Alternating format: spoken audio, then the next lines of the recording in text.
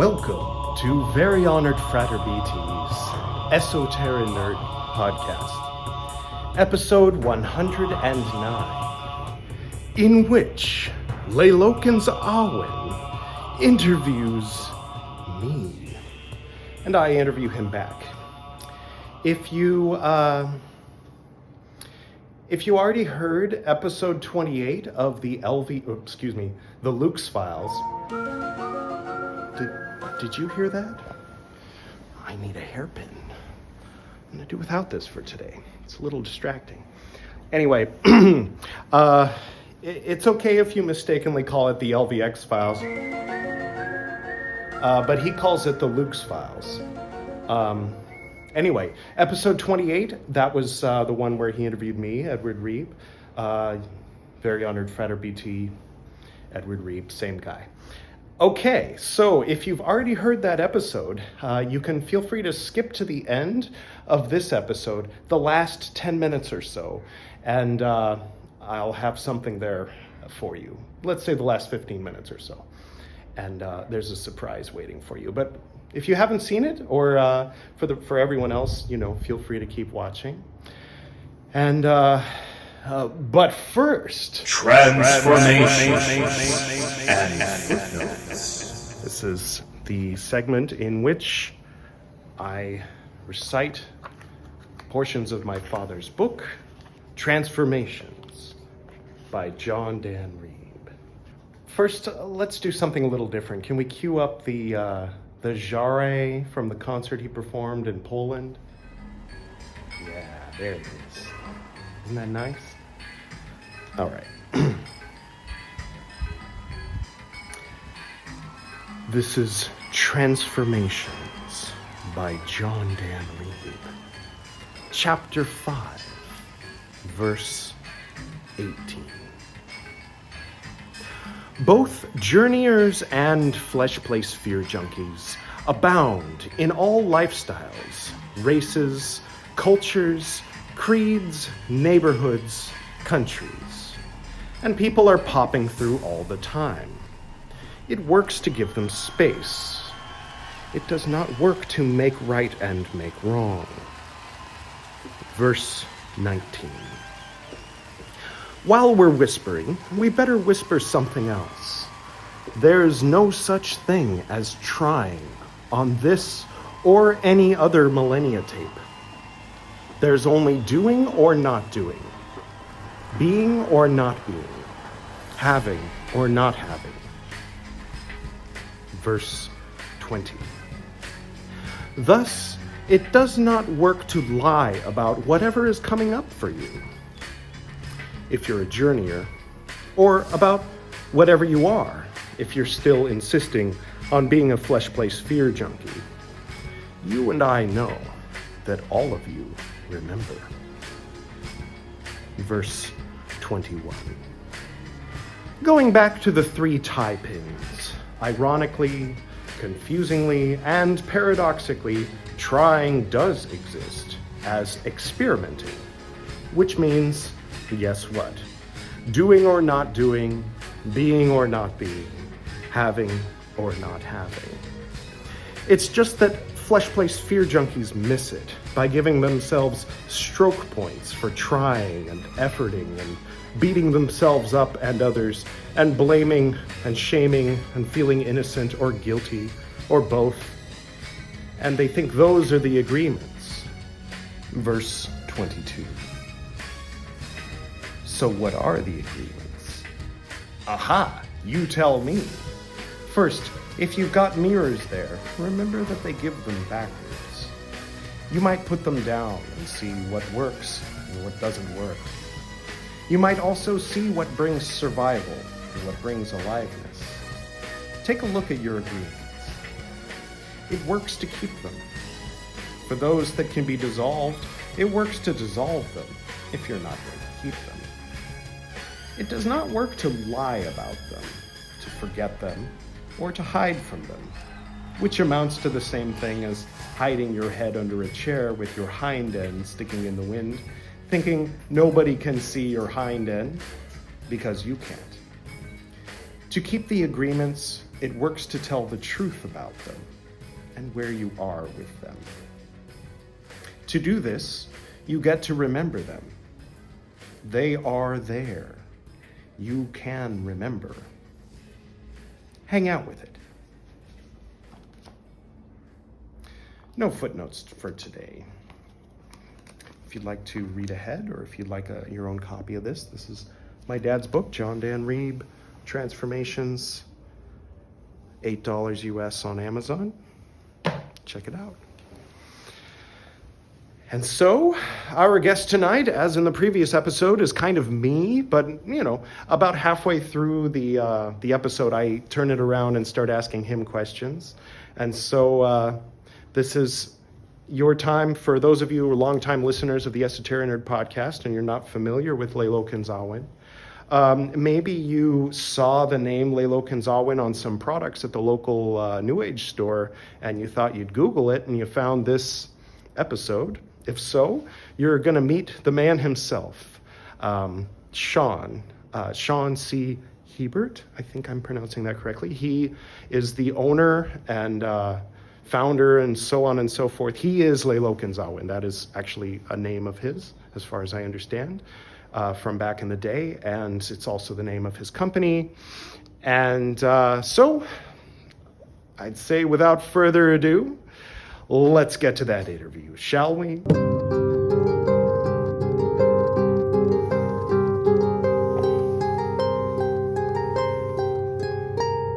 Hello, everyone. Welcome to episode 28 of the LVX Files. I'm here today with Edward Reeb, VH Frater BT. He's a yoga teacher. He is an author, and he is the host of the Esoterinerd podcast, which is one of my favorite podcasts. Oh, good. So if you've never heard of it before, I definitely say check it out.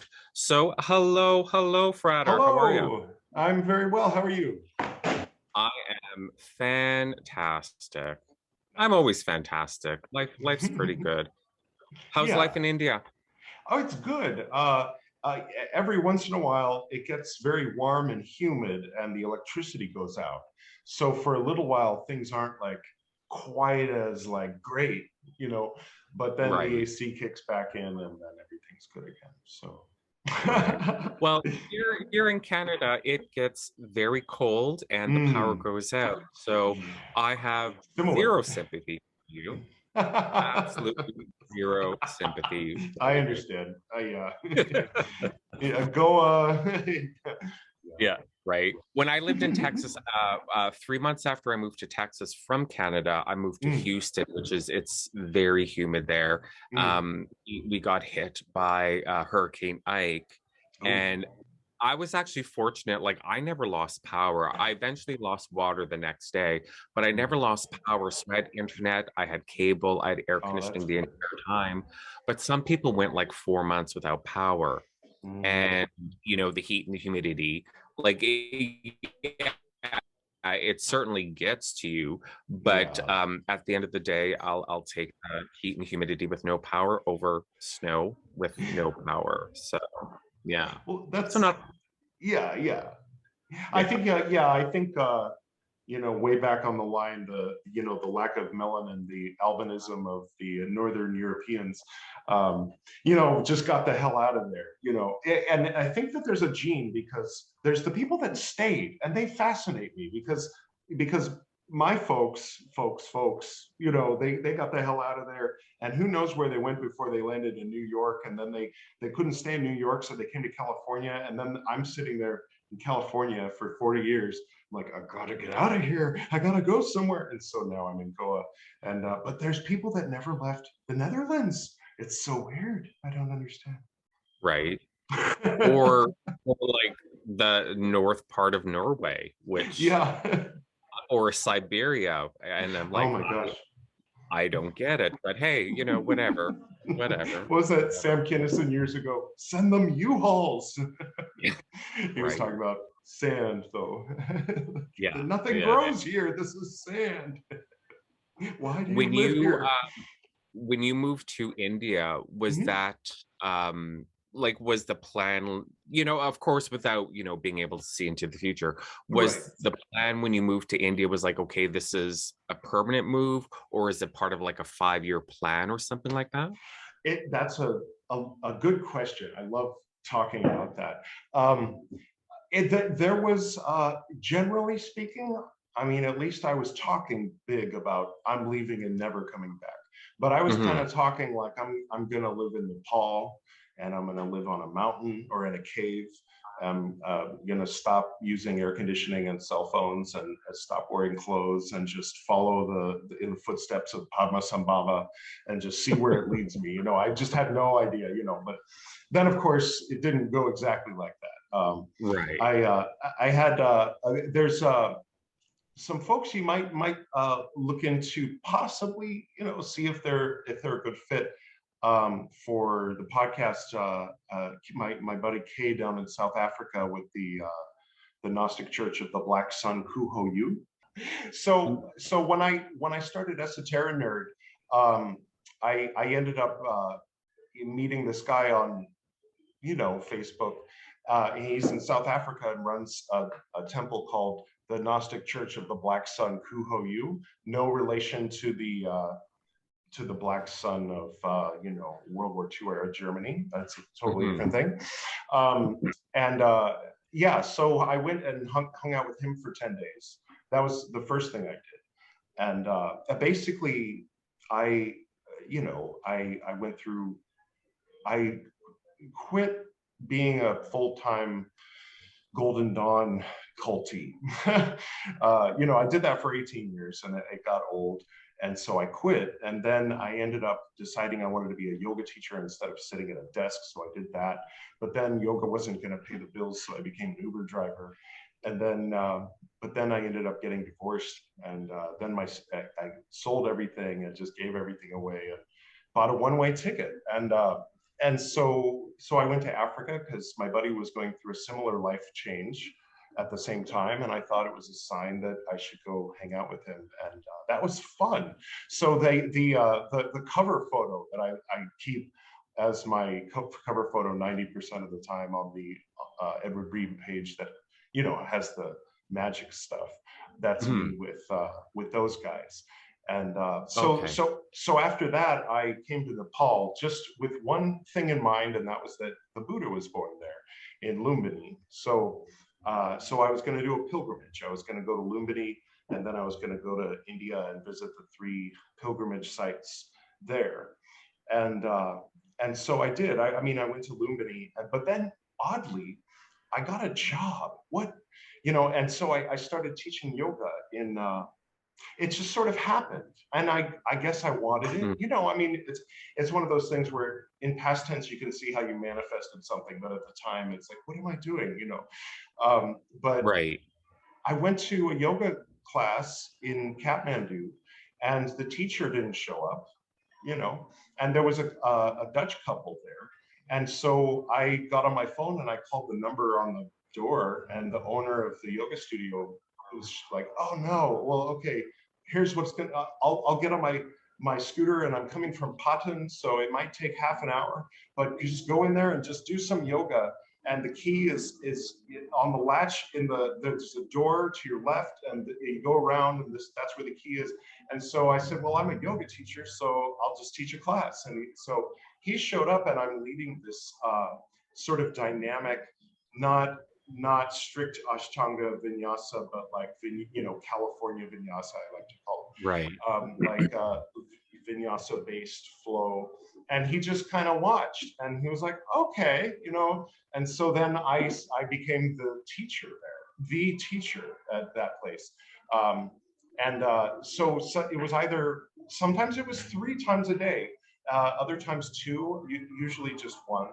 And then, can you hear that helicopter? We get helicopters here sometimes. I think it's No, no. oh, good. Oh, I love Zoom. Oh, it's so good at cutting out really obnoxious things. Um, so anyway, I got a job.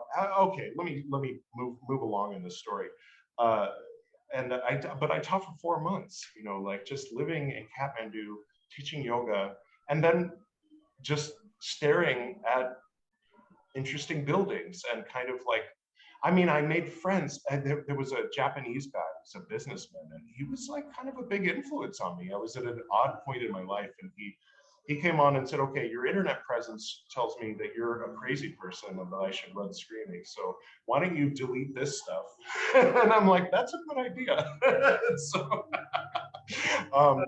but we got drunk a lot. So then I was on this thing where I was like getting rip roaring drunk and screaming to the point where I'm red in the face at night. And then 4 hours later, waking up and teaching yoga.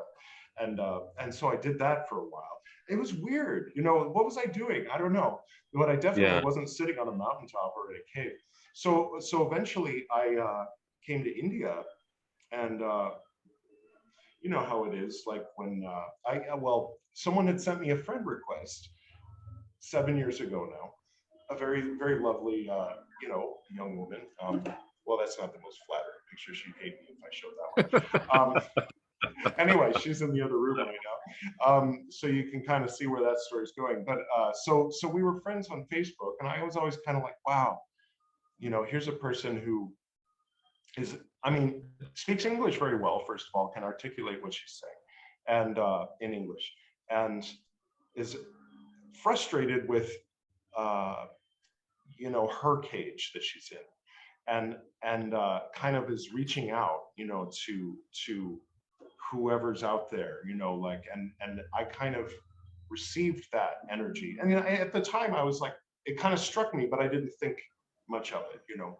Oh, anyway, long story short, I came to India, and I just sent a little message like, hey, I'm in Delhi, why don't we have coffee? And then it was a whirlwind. We went straight to Taj Mahal. I mean, first we went to ISKCON. I just thought coffee, but she came to the coffee place and said, okay, come with me. And we got in an auto, which is like a little motorized rickshaw. And we went to ISKCON, which is the internationally famous Hare Krishna cult. You know, when people, you know, the airports in the 70s in the movies always had the Hare Krishnas. That's where everybody's copy of the Bhagavad Gita is from ISKCON, the lineage on the back to the bald guy. But I should have more respect. I don't know his name, but anyway. So yeah, so we went there, and we're like giggling and posing in front of paintings of Radha and Krishna, who it turns out are like her ancestors. She's from the same caste as Krishna. Like before Krishna, they were a dairy farming caste, and then after Krishna, they're Krishna's caste. You know, they're like there's a formal. I forget. Hopefully she can't hear me. Well, anyway, I won't go into too much detail about that because I'm kind of ignorant, and it's when she explains it, then I feel like I know what she's talking about, but I don't think I have the confidence to explain it.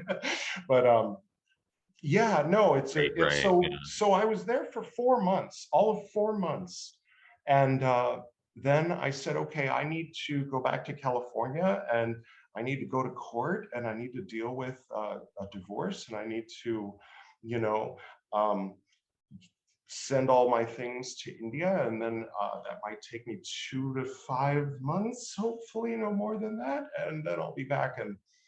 And she, at that point, she really wanted to believe me, but that had a sneaking, nagging suspicion that I was full of shit, or you know, that something was going to come up. And I was, I've realized that my place is here in Los Angeles, and I'm like, that is not going to happen, but I'll show you. Right. You know? So then the only plan was at that point to, you know, move to India. Like I had to tell everybody. You know, I have a sister and a few best friends that are kind of like, well, I can't wait till you're done traveling because I miss you, buddy. And so I'm like, oh, you know, by the way, I'm leaving forever. Yeah. But so that was that, and then we shifted, and then we were in Delhi, and we did a lot of traveling within India, and we went to Thailand before everything closed down with COVID and everything. We were down in Mysore doing yoga teacher training and Thai yoga bodywork training, which is his school. They avoid using the word massage because, especially when you put Thai and massage together in the same sentence, people's minds start to go a particular direction. It's really not that. It's something they claim lineage to the physician of the Buddha himself. So instead of where yoga is designed, Hatha yoga is designed to get us to where we can sit in Padmasana or any meditative posture well enough, you know, and with all the pranayama and opening everything up to where we can really, you know, get somewhere. Then the depending on which school it is, get where, you know, is it Kundalini, is it Zen, is it enlightenment, is it what, you know. But aside from that, yeah, so the story goes that the Buddhist physician said, you know, you have all these people sitting all day, you know, and they have aches and pains. So here's what we're going to do. We're going to lay them back, do this. And so that's where Thai massage comes from. The one where the stretchy one was, you know, no oil or anything like that. So we were getting trained in that. And that was fun. Painful, very painful when the teacher would grab onto your sternocleidomastoid and just squeeze, and you're like, die, I want to die. But he stops, and I'm like, oh, I feel so good all of a sudden. It's really weird. But so yeah, then COVID hit. And so then they were saying, oh, we're about to shut everything down and no more flights as of tomorrow. So we're like, okay, we're leaving. You know, we got to go back to Delhi. And then I just was out of laziness. I just kept renewing my tourist visa.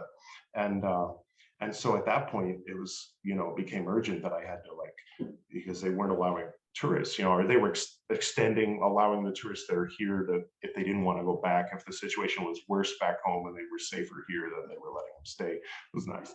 But, you know, but of course I didn't want to go out because they wouldn't let me back, you know, if I left. So, right.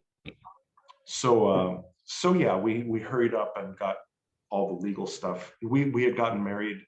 We had had a ceremony down in Tamil, which is the southern tip of India. And the beautiful traditional small village temple with her sister. She's like a soul sister, like not a biological sister, but she, you know, and nobody, you'll say, oh, your friend. No, my sister, you know, okay, it's your sister. So yeah, my sister-in-law, I forget the Hindi word for that. I've been here 3 years and I can count to 15 and I can order vegetables and that's it. But I can kind of understand half of what people are saying.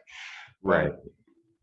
I'm sorry, I've been babbling, but now I'm the guest, you know, like it's such a different, this is my first time as a guest on a podcast of a person that I've met recently, you know.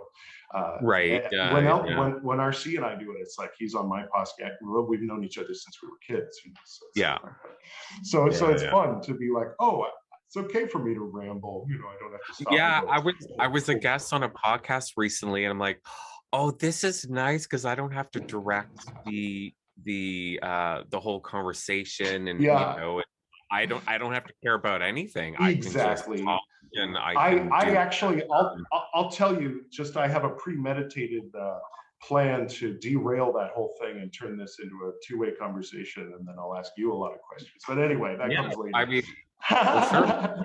No, because yeah, people have that expectation. But when I'm meeting someone for the first time, you know, I like to have a conversation, and you know, that involves. And so then it's recorded for posterity, and everybody can listen to it and have the experience. But then a few people are like, the host of this podcast has a bad habit of talking, you know. No, it's not exactly the formula that you're looking for, you know, I guess. People get stuck on structure. I mean, with anything, like, I don't know if you're familiar with Robert McKee and all that crap, you know, like the story structure, that you're not allowed to write anything for television that doesn't fit into Dan Harmon's circle, you know.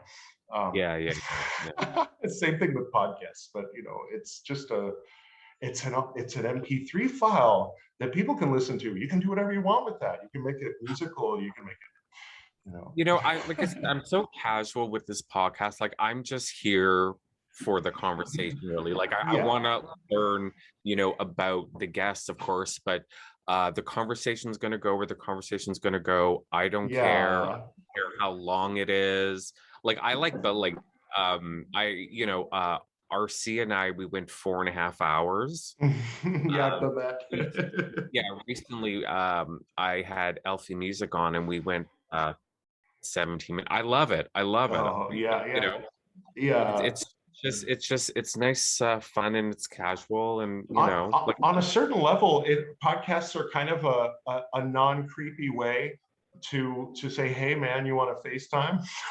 yeah, To a yeah, total no, stranger. totally, yeah, totally. Like That maybe this is an person's author. interesting. Yeah. Yeah, this person's interesting. I want to talk to them, and it Yeah. would be totally creepy for me to be like, oh, hey, you want to FaceTime, stranger? But Excuse me, when I you have have a podcast that might be good for your career. exactly, Well. yeah, exactly, yeah, exactly. I love it. I love it. So yeah, that's that's basically what I why I started the podcast 6 months ago.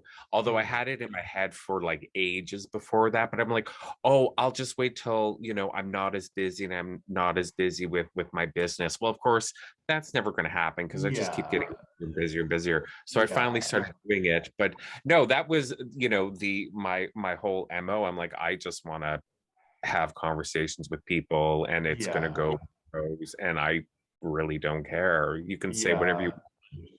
want, and it is what it is. It's just fun.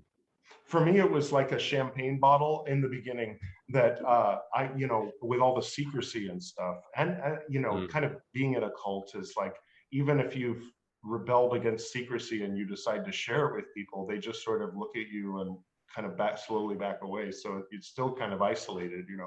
Yeah.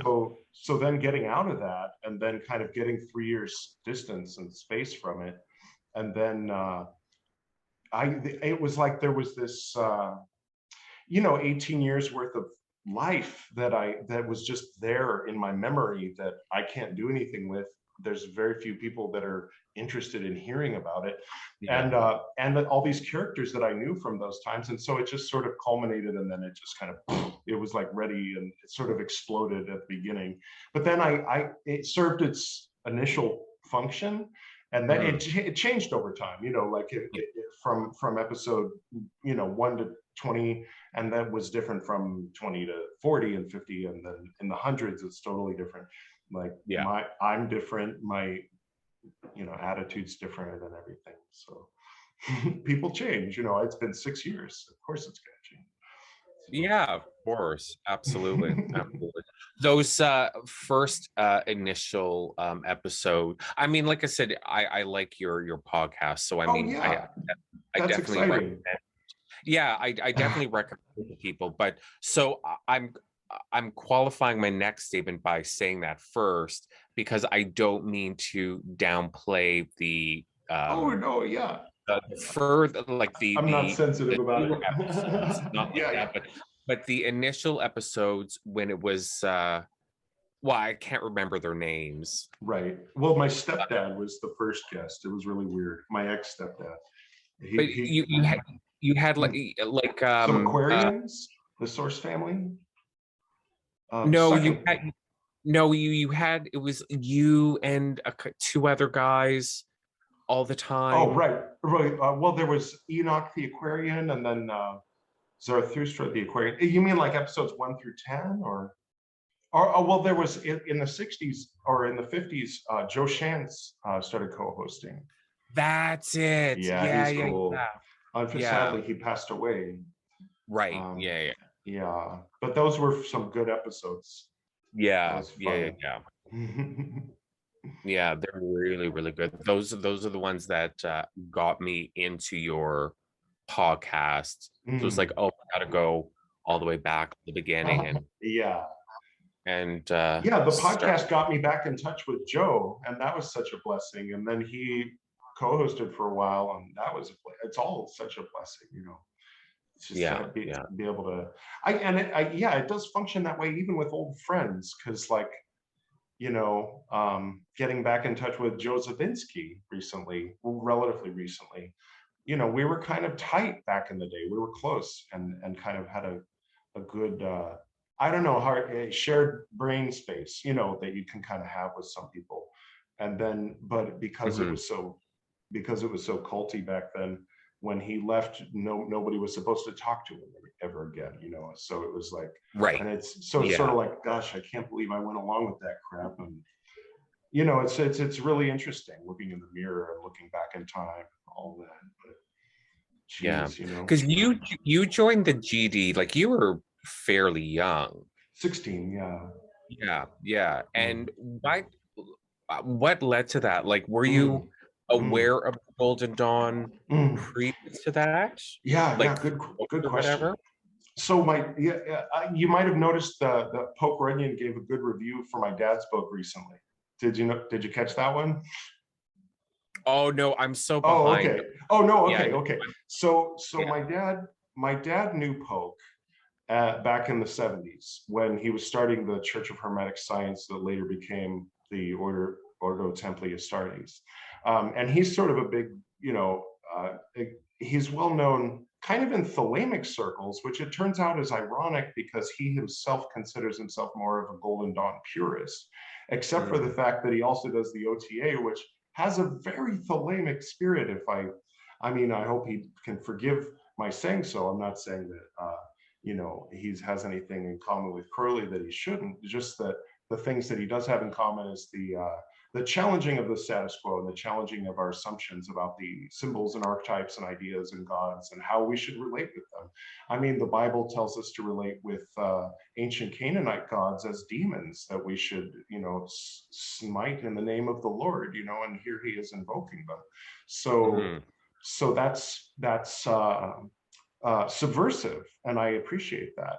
I personally am not drawn to it as something that I want to participate in, but I can definitely appreciate what he's doing with that. Yeah. And it's interesting to me that he's also the imperator, or maybe if he still is. When I interviewed him on episode 20 something, he was the imperator of a temple from the lineage of Chris Monastre, and going through Chicxulub.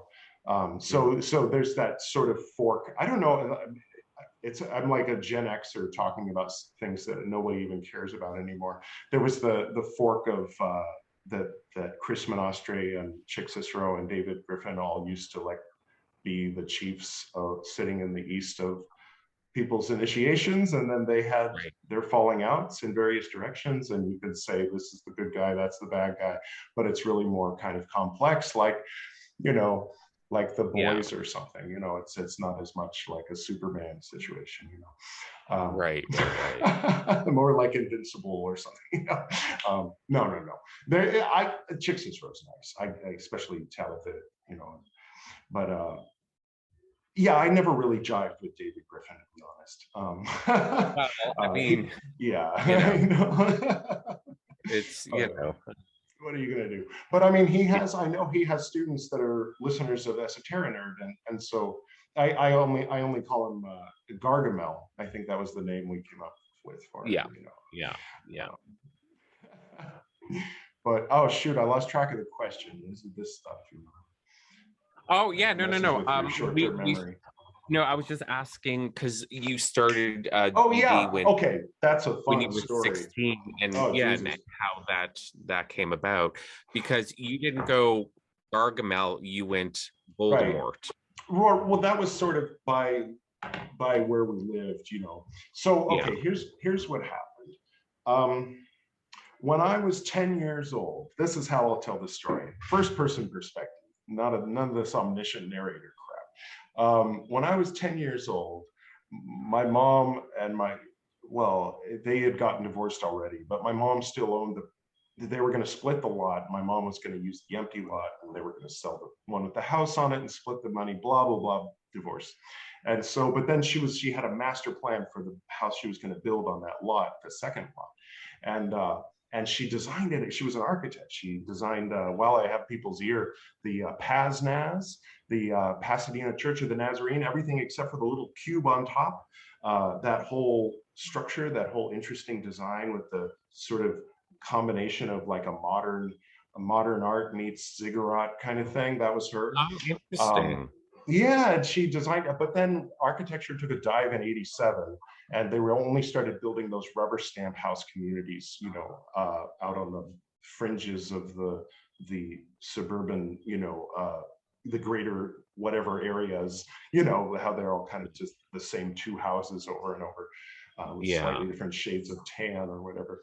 And so that kind of happened, I guess, in '87. So after that, she could only get work making malls, designing malls and shopping centers, and she wasn't really fulfilled by that.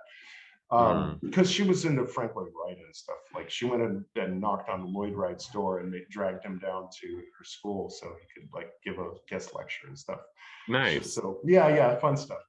So anyway, so I said when we do our new house, I said I want my walls black, I want my ceiling black, I want black carpet, I want black bed sheets, I want a black desk. And so she was like, well, yeah, let me talk to you about something.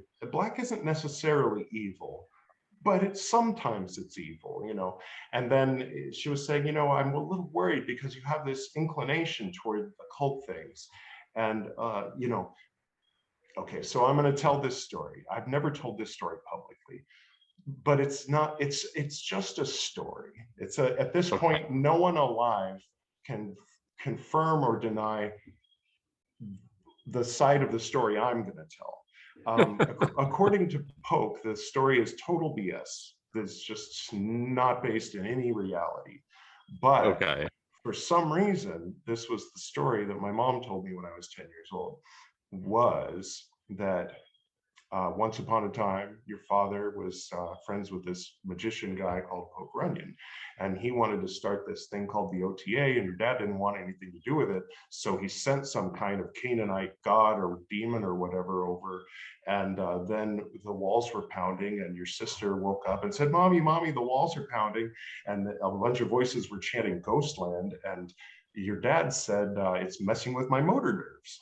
And I said, well, get rid of it. And he said, well, I want to see what it wants first. And she said, don't see what it wants, get rid of it. And he said, what did you say?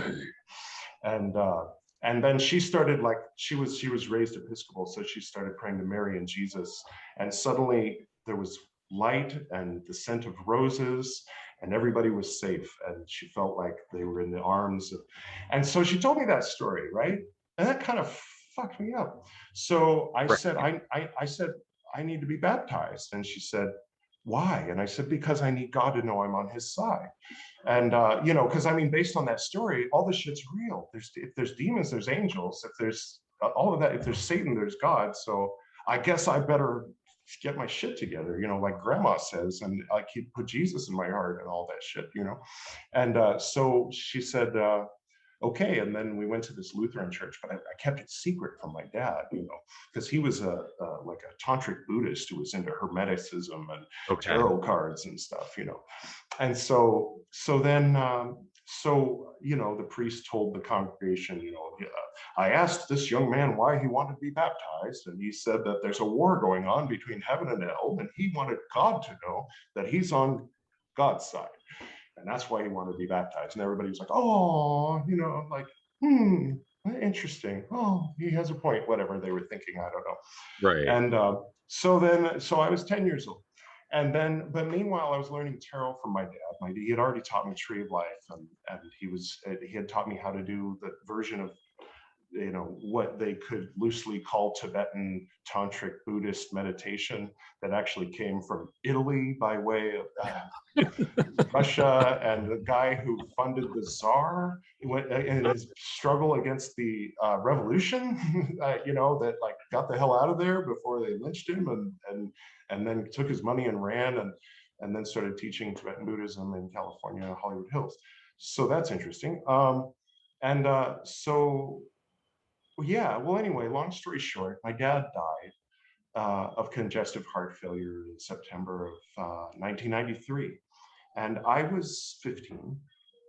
And, he had his anger issues. He had awkwardness issues with, I don't know, with basic things. I mean, he was in his head. He was kind of like what they call a mental yogi. Like, there's like different types of yogis. So he was all about the mind. He was like, I'm going to be the master of mindness, and so he was a college professor, and so after he died, I told my mom, I feel like my teacher's gone. He taught me everything I know about the astral and about all these things, and I don't have anybody to ask questions anymore. I mean, my mom kind of told me everything she remembered him teaching her when things were good before I was born, apparently. Um, and so first we became Wiccan. She wasn't going to let me go off on my own as a 15-year-old, and so she and I joined together. We started taking classes at the Druidic Craft of the Wise of America. So you and I have a little bit in common there too. Yeah. Down in Long Beach at the Eye of the Cat, our teacher was Sterling. I wonder if I'm allowed to say that. I didn't say his last name. Besides, that's probably not his real name. Anyway, Right. so for 2 years, we took classes there. But after 1 year, my mom found a little flyer, that said, "Your mind has no boundaries, no doubt." And it was an advertisement for the Zinc Order. And it was calling itself the Hermetic Order of the Eternal Golden Dawn, I think at the time, or just the Order of the Eternal Golden Dawn, something like that. And so she knew enough. She remembered. Now this gets kind of another interesting thing, and this will help clear if anybody is like, well, what if that story about Pope Runyon is true? This will help clear Pope's name. Because I found out later when I interviewed Pope, and he and I kind of talked about some of this stuff. Because of course I wanted to bring it up. I brought it up when I was 20, but we didn't really talk until I was 38. So Yeah. And we brought it up like in the context of an alt magic battle we were having. So it's like weird. Anyway, so I'm losing track of my thought process again, aren't I? So we found the flyer, and she knew. So my dad had told my mom that she remembered him saying that Golden Dawn was good, but Crowley was bad. And Okay. I later found out from Pope Runyon that when he started out in the early 70s, he was into Crowley. But then after a few years, he decided, you know what? Golden Dawn good, Crowley bad. And he told as much to my dad, who repeated it to my mom. So in my quest to become the Horus to Pope Runyon's Set, the Simba to his Scar, I followed his advice and joined the Golden Dawn. Kind of funny, right? Funny how things happen. And but of course we didn't know that the way it was back then. Nobody knew who this leader guy was, and it was like at that level there was just only rumors of who the leader was. It's like, well, why does he wear a brown robe and everybody else wears a black robe, and they all seem to get quiet when he comes in the room? I think he's the head guy. So it's sort of on that level. I'm writing a book called The Esoterinerd.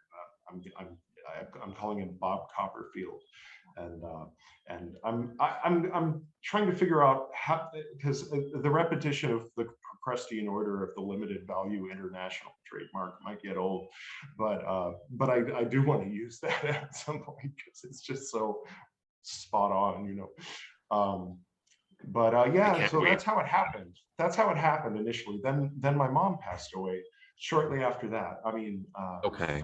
three years later, and then I was sort of like, gosh, I was, for one thing, I was like good PR, to have like the orphan son who's the second generation, and by the way, he's blonde, and we've given him the red chair in the middle, so there was a bit of nepotism, whatever. I mean, like when after they invited me in, and then I joined the email group, and then I looked back into the older emails, and when he had said, well, I want to initiate Judy's son, and everybody was like, oh, Judy, I love Judy. What's her son like? And so it really wasn't, everybody else had to prove themselves and do all kinds of, things, but people tended to kiss my ass more, and I took advantage of that in various ways. Then later came to terms with all of that, but anyway, so I don't know. Yeah, so it just sort of, it became my family, in a very dysfunctional and emotionally, dependent way. and then, you know, I had to go through a lot of processes, and the order changed a lot too, and it went through its processes. And I didn't want to, just walk out and make a scene, you know. And so my exit was, I think, the first possible opportunity to just sort of like to make a graceful exit and say thank you, you know, for all the fish, like the dolphins, you know. Like, how long did you come to like a realization at some point that you're like, I need to leave this order? And then it took X amount of time before Actually, you finally no, did it? no, it was, I was totally committed to do it for the rest of my life and the rest of eternity, you know. And you know, and then after a lot of things changed, I didn't really entertain the idea. I mean, that's how kind of like into it, you know. I mean, they make you repeat your vow of eternity, and Scientology has something similar in the Sea Org, I'm sure. And it's sort of, you know, it's, the priests probably do something similar every year. They have to retake their priestly oath, you know. And but in our order, we would have to, someone would cut us. We would be on a cross, and someone would cut us while we repeated the oath of service to the order, you know, on every Good Friday. And so yeah, you know, so but then when things had changed so much, and I was so jaded, and I had done a lot of DMT, you know. I had started to kind of take control, and I of my own kind of spiritual path too. Instead of just doing and teaching the things that they handed me instead to do, I started searching outside. First, Alan Watts, he was my first kind of island of sanity in that ocean of BS, you know. I think he serves that for a lot of people, especially with Cult Survivor, because whatever word that is, you know, because he lays it all out pretty clearly in a way that it can be self-empowering and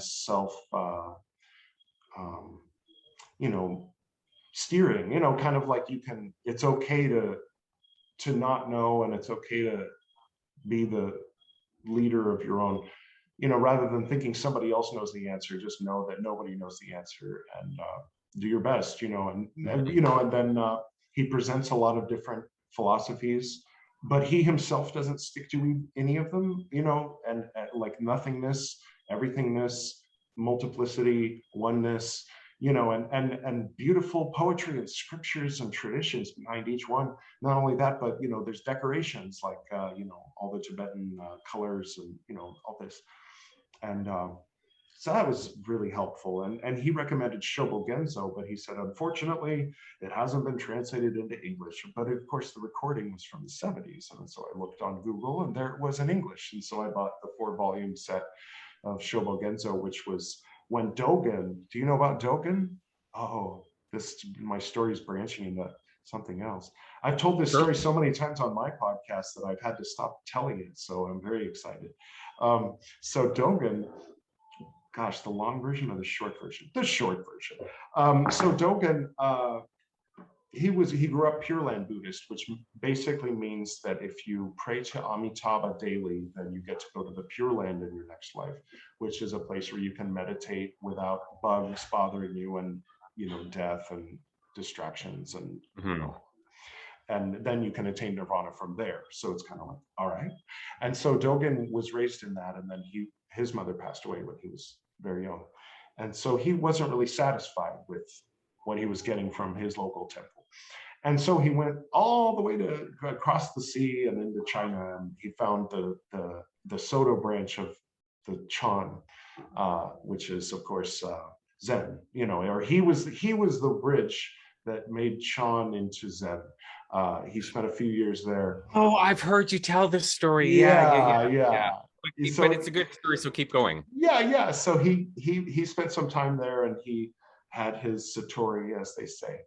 And then he came back, and he was sort of brilliant. I think he had just picked up a ton of knowledge along the way. He strikes me as like a St. Paul type. He never oppressed anybody. He was never Saul, but he had that kind of amount of mastery of scriptures, and he could quote from any of the 3 main vehicles, and kind of make it make sense and put it in context and explain how things were connected. It's such a beautiful and poetic way.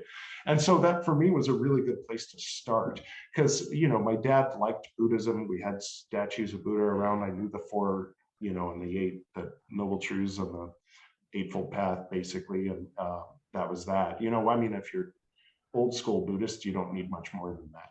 But he was into all the Tibetan tantric stuff, so I got curious about that. And then but Dogen had a very grounded view on all of that. It's almost reminiscent in one way, not in the way of it being horrible. I like Zen. I think Zen is good, but it has one thing in common with fundamentalist Christianity, which is that it's sort of a reformation after all the Catholicism and after all the weirdness and Mormonism and everything else. So Dogen kind of looks with a perspective that is pretty harmonious with, I think, original Buddhism, old Theravada, old what they call Hinayana, which is actually kind of a rude term for it. But yeah, no, the original monks. But he's aspiring to be like the original monks. But but he's aware of Vajrayana Buddhism and Shingon and Tibetan Buddhism and all this stuff, and the sort of basic bitch Buddhism of imperial China. I don't know what they were doing, you know, at that time. Sort of, you know, basic Mahayana imperialist, like, you know, the emperor told us to do this, you know, Buddhism, and he went there and he said they were all useless bags of skin. He always calls people, you know, that's it.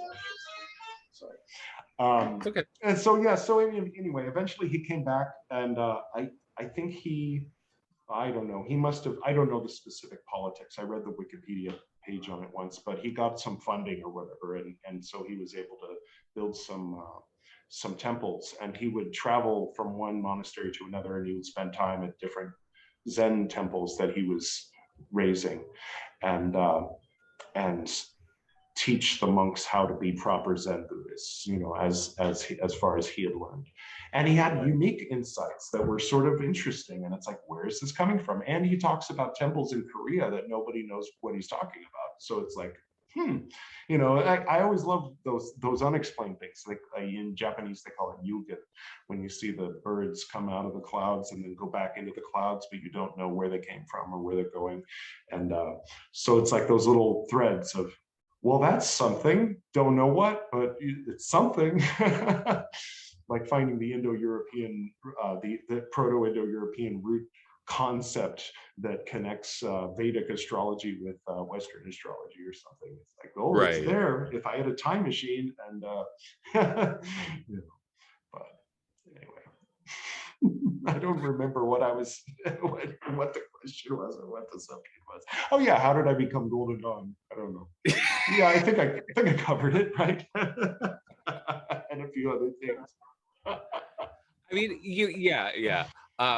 You know, despite all, you know, like the crap, and I know, you know, talking with RC a lot and listening to your podcast and you know, when you've been on with RC, like I know, you know, bad stuff happened, bad stuff went down, like, you know, toxic scenarios. Yeah. You know, putting it mildly, but you know, but it was a good formative part of your life. Yeah. You know, there was good takeaways. I mean, the thing is, and this was something that I don't, you know, at the time I was thinking, well, if I weren't here at the temple with my forehead on the ground, unable, like not allowed to look up to behold the dazzling image of the third order chief that's actually Robert Zink in a funky outfit with a mask on, talking in a, you know, I would be getting drunk with my friends at a bar somewhere, and it's like, well, at least this is like interesting. It's like an interesting story later. My stepmom would tell me that it was like medieval, you know, that I was living in a totally different millennium, you know, that like a different, you know, the 12th century or something. And but yeah, no, I mean, and I guess all things considered, what would have been the alternate me? You know, like who is the alternate universe Edward who left the order the first time things got weird, you know, or things got uncomfortable or dark, you know. What did he do? You know, like anything of note? You know, maybe I'd be a manager in corporate America instead of leaving as a, you know, an assistant. You know, I don't know. So yeah, I mean, I guess I definitely don't regret it. I mean, of course, it brought me here in the end because I kind of like it was like a rubber band that you know that pulled so hard that you know and like how there's what I'm trying to avoid using terms from Scientology and neurolinguistic programming because I have all those terms in my head. So I'm like, the reason I'm stuttering is I'm like, is there another word I could use that won't make people think, oh, this is one of those NLP guys, or oh, he's a Hubbard guy. But yeah, no, we have anchors or implants, we have engrams, we have you know, thetans in our big volcano or whatever.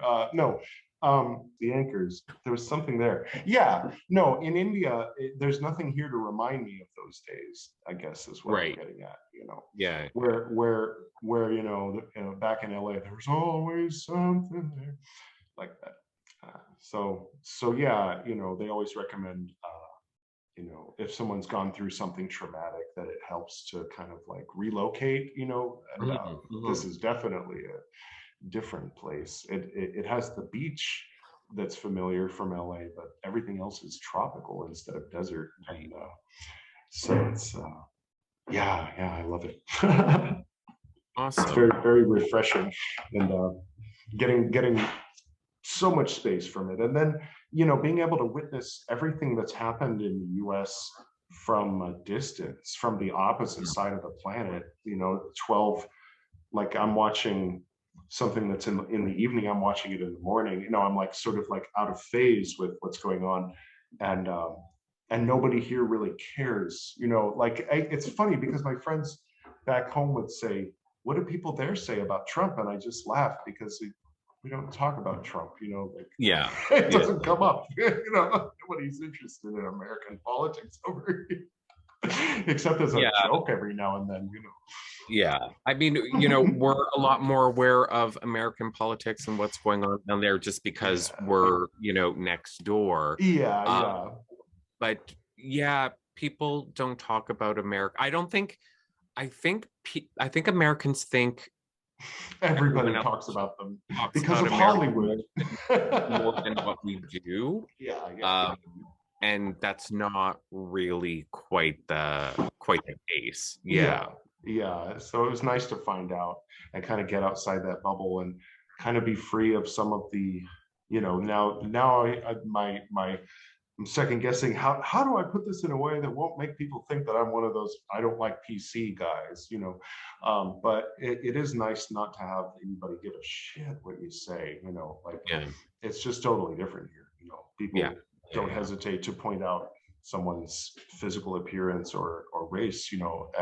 There's just no hesitation. So then after 3 years here, like I start to stop feeling all those little, oh, don't look at that person too long, don't say that in that tone of voice, you know. As people, you know, it's whatever, you know, we're people, you know. It's like the people here don't really think of themselves as Indian. They don't like actually personally, you know, like I mean, I'm talking about the people that I know, of course, not the people that I don't know. There's a lot of very patriotic you know, people here, but people kind of think of themselves as human, and having happened to be born here. It's like the same thing as when people break out of the gender norm or anything like that. Like they realize they're restricted.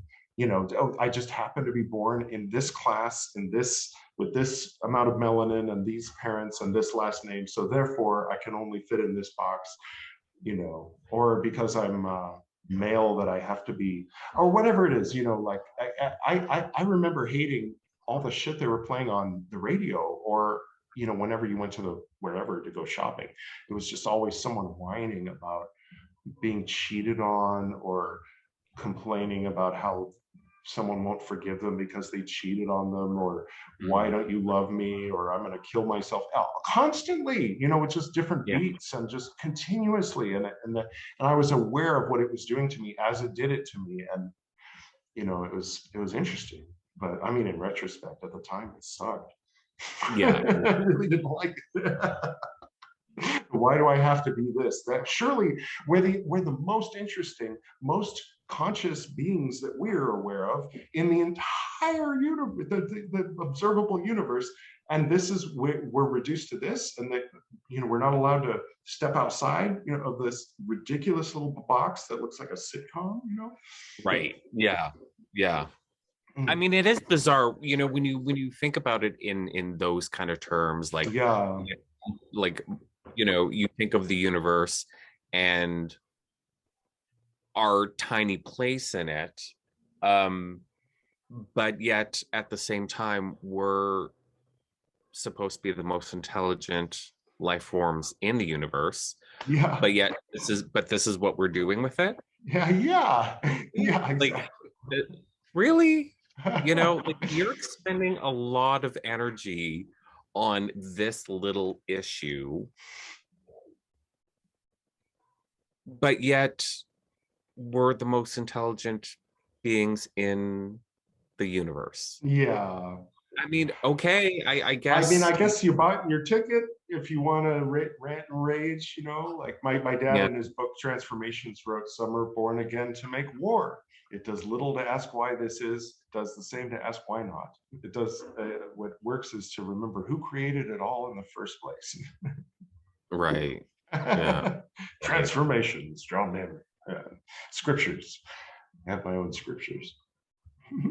That helps. That helped me break out of the cult thing too, and I think it helped me kind of stay like a duck, has the oil to kind of keep them from drowning. I think sort of my dad's poetry and all of that, helped, and my own poetry kind of helped kind of survive all that. Right. Yeah. Mentally.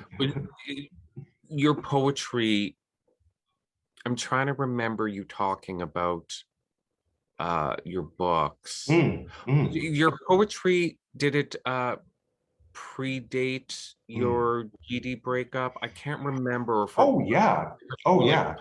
So it wasn't like a post-recovery phase. There's a bit of that. There's a couple chapters of that, but there's one that I'm still finishing, because basically there's taco and e-burrito. Let me just grab it 1 sec. Yeah. So this is 600 pages ish. It's about 587, I think. And it's got the moon card. I don't know if you caught the symbolism here. So this is a journey into my unconscious. But the first poem in here is from 1999, and then the last poem is from 2017. Okay. But there's like a lot in between, years in between, and a lot of when I was working at Screen Actors Guild, I got into a flow. Basically, one of my teachers, Gordon Bean, he told me that I should write haiku, because I talked too much, as you can see, and so he said, put it in a haiku. So what I started doing was writing run-on haikus, one run-on sentence that went from 7 haikus, and but then when the news, they would filter through the news and see what was relevant to the Screen Actors Guild, and then so that we would know when callers called, like what they were talking about. And so they sent it to all the employees, and I would read it and write haikus and send it to like the 100 coolest people in the industry, of course. And so I did that for 6 years. So like more than like 2/3 of these poems are haikus, sarcastic haikus about the entertainment industry, basically. Sometimes about the government or life in general. But yeah, so like by the end of it, you can kind of understand where I'm coming from when I rip on Tom Hanks so hard, because of his position he took during certain political things. You just froze again. Okay, no, start again. You just froze again, and I want to hear you rip on Tom Cruise. Tom Hanks. Tom Hanks. Yeah. So Tom Hanks had a lot of other well-known actors. They became producers. They started making more money off of the movies they produced than off of the royalties from the acting jobs they had when they were young. So these big recognizable names. When it came time for when YouTube came around, and anybody with any sense of time and history and how quickly things were moving were saying, we need to work out a contract right this minute that will guarantee the actor a certain percentage of advertising revenue for streaming anything on the internet. And the producers were like, nah, you don't need that. Why do you need that? You're just so greedy. You just want a little bit of everything. We're going to give you this much more than you had before. And we're not going to talk about YouTube or Netflix or anything like that. At that time, there were flip phones. Jeep had a channel and Axe Brand had a channel. So people were like, oh, isn't it funny? Like there's TV channels on the telephone, or whatever. And so anyway, we all know how history went. But yeah, Tom Hanks was the number one producer who disguised as an actor, like straight up wolf in sheep's clothing, who was recommending to his fellow actors that what's a nice way of saying that? Grab your ankles, take what they, like the Bears, just give the Bears whatever they want. Just give us the Bears whatever they want. So I was really angry about that, just because all day, every day talking to actors. I don't know, like I wasn't an actor myself. In fact, I was legally, I couldn't be an actor because I was working for the actors. So, but of course I was rooting for them. I thought they should get their fair share of the big pie. It's not like as noble of a thing as other rooting for. But I was like, okay, I'm pro Screen Actors Guild, at the very least. And so so from that point of view, I worked on Tom Hanks and a few others. Oh, okay. Yeah. Interesting. But that's kind of boring unless it's interesting, but for some people. But there was some like post Golden Dawn, like existential contemplation kind of things, and a little bit of anger stuff while I was in the Golden Dawn that's kind of like indecipherable, or I would like jumble the words, like using Burroughs cutout method, so nobody knew who I was talking about, and I wasn't revealing anybody's dirty laundry. But can you hear the dogs? Are you able to hear I sure can. Sorry about that. So that's Taco. I'm working on E Burrito. And E Burrito, the first poems are from 1992, when I was 14 years old. Wow. And I'm waiting till April of 2022, so that I can make it a total 30 years. So Taco and E Burrito together will be all 30 years of poetry, which is kind of a fun feeling because all the poems I'm writing now are going to be in one of these two big anthologies that I'm writing. But once I publish it, probably I'm not going to publish another poetry anthology for a really long time. So it's an interesting feeling. I don't know how to describe it. So how did you decide to split up your poetry into the two books? Yeah, it was unintentional. I wasn't thinking of E Burrito when I published Taco. What I did was I got every poem I could find that I had ever written, and then I put it in here, and then I published it. And then I realized, oh, wait a minute, I've written poetry since then, sort of. Like I've had thoughts that were sort of poetically written that I wrote in journals. And then I started discovering other poetry from the time period between 99 and 2017 that wasn't in here. And then I found the older poetry from before 1999. So the contents, table of contents is there's like before Taco, there's Taco B-sides, and then after Taco, and then one day this is named after a poem called Taco.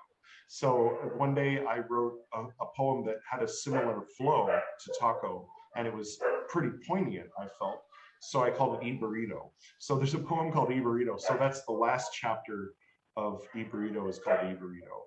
And so that's the one that'll, as soon as April 22 comes, I'll try to write something that'll be a good closer, I guess, and then I'll just go ahead and publish it. And awesome. That'll be fun. I'm looking forward to it. I already have the cover design and everything. It just is waiting for time to pass. And, so I'm, kind of getting into that empty head place, where I can receive new things rather than rehashing old things. You know? Right. Yeah. Which is always exciting. That's always a good Yeah. place to be. Yeah. Yeah. But do you have an idea for something? Well, I've got 3 in the works. 4. Uh, they one of them is an older. It was a passion project from back when steampunk, not steampunk, back when cyberpunk was new-ish. You know, like when the Matrix had just come out, I came up with this big, epic science fiction story that just goes on and on and on, and then I didn't do anything with it. And then as time went on, I started to realize, okay, I'm using tropes. You know, like when people started becoming aware of tropes, I'm like, okay, this is kind of like, all right, yeah, I'm guilty of this crap. She's a Mary Sue, and she's okay, you know, all right, you know. But it's so I kind of got frustrated, but then off to the side of that, I said, but within that world, there's this one guy who's half gray alien, half human, living on Venus, which is another story.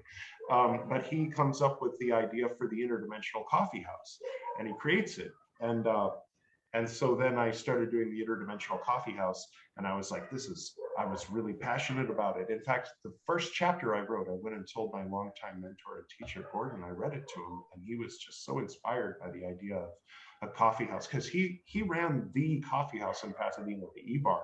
There was anybody that was from the 90s remembers the E-Bar in Pasadena. Okay.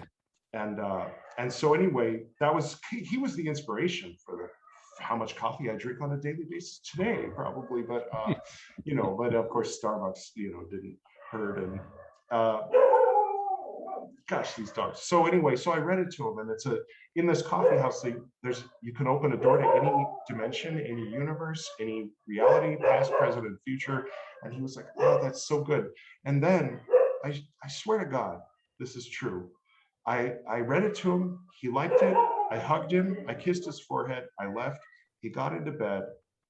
And while sitting up, looking forward, eventually he died, like just within a few hours, like it was planned. He didn't lay down. He wasn't sitting in his wheelchair, and he wasn't laying down. He was seated on his bed. Gosh, and he was on kind of a level that I wouldn't be surprised if he chose his moment of exit, like Right. And it happened to be right after I read the first chapter of the Interdimensional Coffee House. So for me, I had this passion to go forward with it. And then one day I became an Uber driver because I couldn't make ends meet teaching yoga only, and I had kind of like burned bridges with the Screen Actors Guild by that point. I was there for 10 years as an assistant trying to apply for a promotion. And then then they had a merger where they fired half of everybody. And then I applied for a promotion again, and there was like a new HR lady. She was very condescending and matter of fact and robotic. And I just lost it and started yelling at her. I'm like, I think maybe this place isn't for me, So then kind of like in my mea culpa, I'm so sorry that I yelled at everybody. I just said, I need help. Do you have anger management? So they were like, sure. So then I was in my car during my lunch breaks talking to a disembodied voice, and that was fun, But then I think I was already doing yoga by then, but that became part of that sort of anger management. And and so it's funny because people see, oh, I thought you were a yogi. Like if I lose my temper, someone pokes me, and then I'm like, hey, fuck you. And they're like, well, you're supposed to be a yoga. I do that because I'm an asshole, not because I'm a serene person. Like I want to be a serene person. It's like a path to get there one day in the infinite, like border of the horizon, ever toward the horizon kind of thing. So, people always. It always amazes me, people, like the occult community or whatever, and they're always so surprised when like an author that's very well known, or like authorities are actually human and they have human emotions. Everyone's so shocked, and they get offended that these people are displaying human emotions. I'm like, what are you offended at? Like, were you looking up to a robot. Right. Yeah. I Sometimes that's like, sometimes the leadership of a cult will cultivate a sense of detached, I'm on another level, I can't associate with you because it'll make my spirit unclean, or some weird, I don't know what. And so they do it to themselves, because then they act human, and people say, hey, I thought you were a god, you told us you were a god. But then sometimes the student wants you to be a god, expects you to be a god, and then they project it all. You remind me of Jesus, therefore, hey, well, you did something imperfect.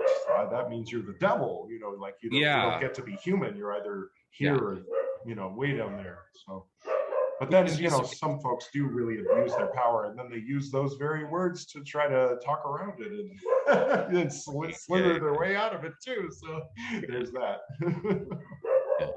So no, we can be assholes and still be, adepts or high priestesses or whatever. You know what I mean? Like, at the end of the day, we're human.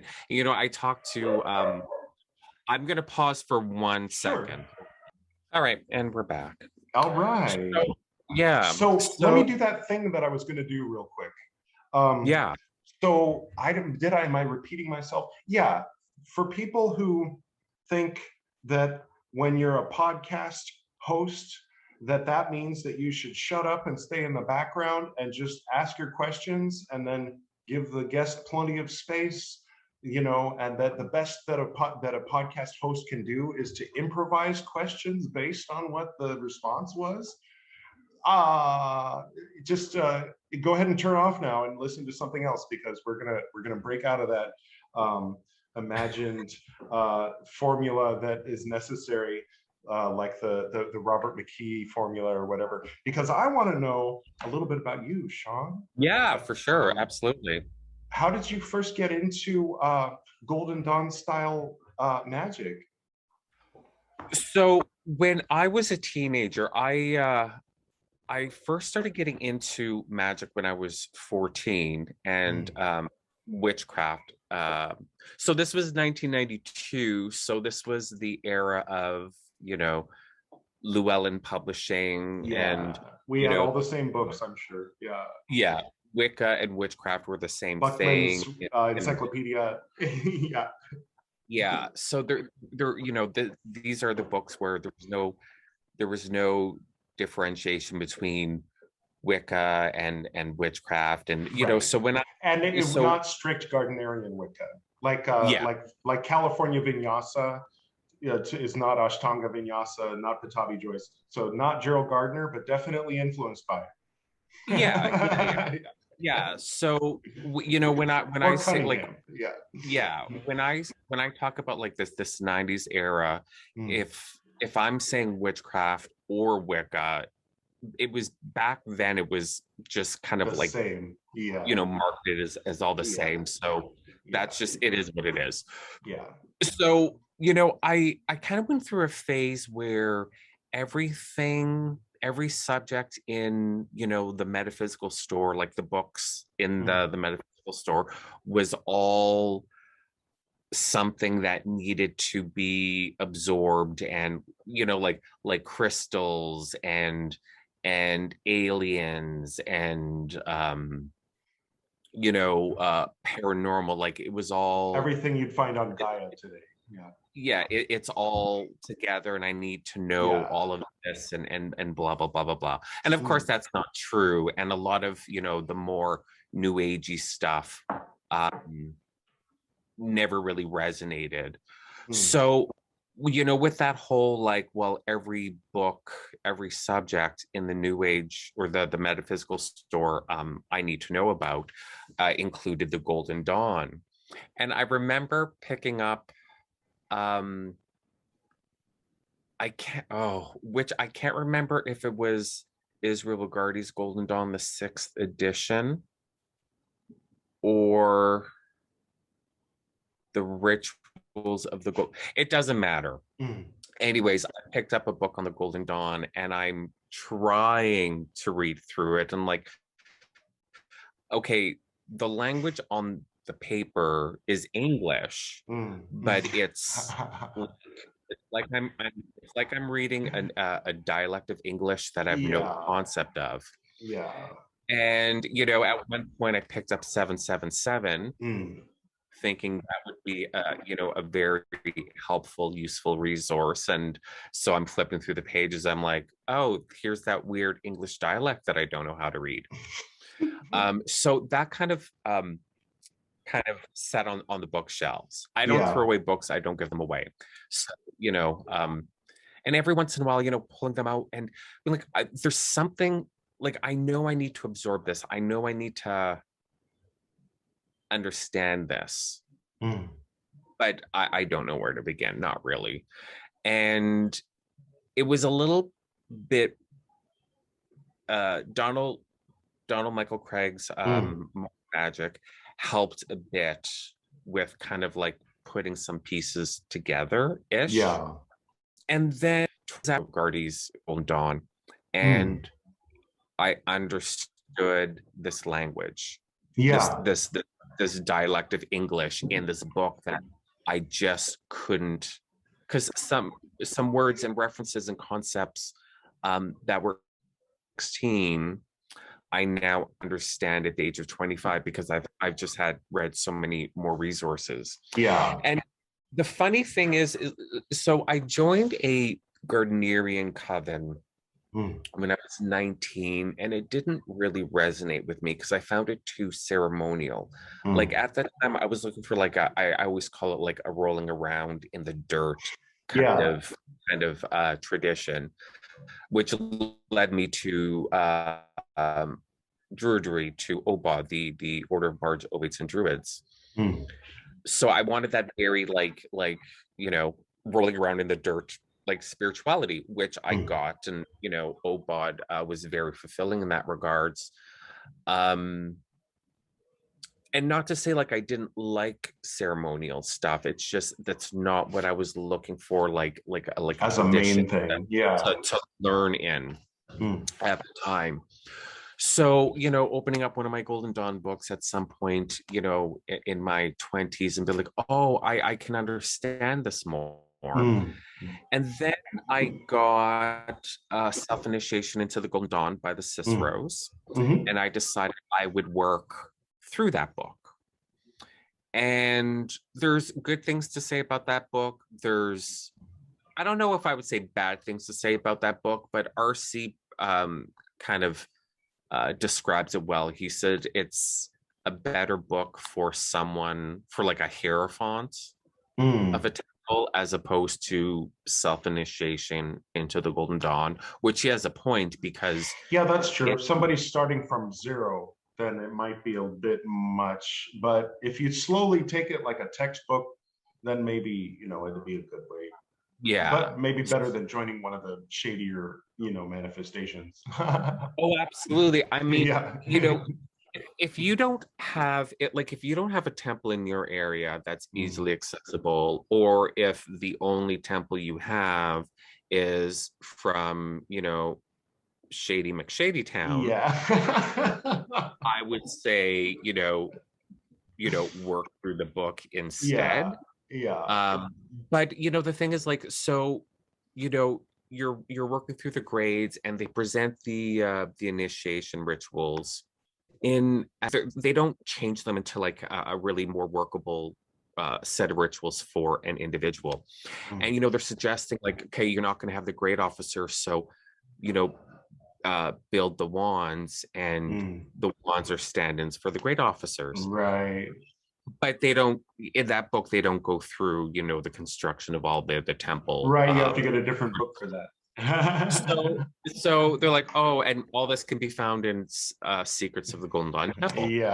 So I figured that they would, in this book, The Secrets of the Golden Dawn Temple, they would be making suggestions like, oh, you don't have tools, you're not a carpenter, so here are alternative ways to kind of wing.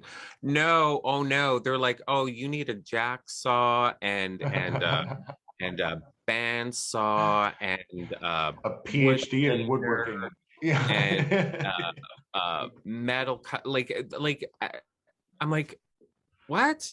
So all I did was I got dowels and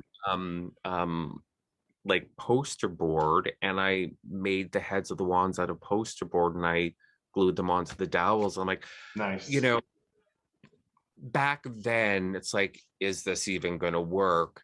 Now it's more like I have the frame of mind more of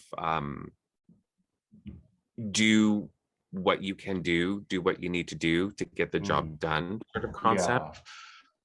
You know, because I at that time couldn't have made all those wands the way the Ciceros are, you know, giving instructions. Right. It just I you know, so I worked through that book, and it was hard. And you know, so you get to Portal in that book, and it kind of felt like hitting a brick wall.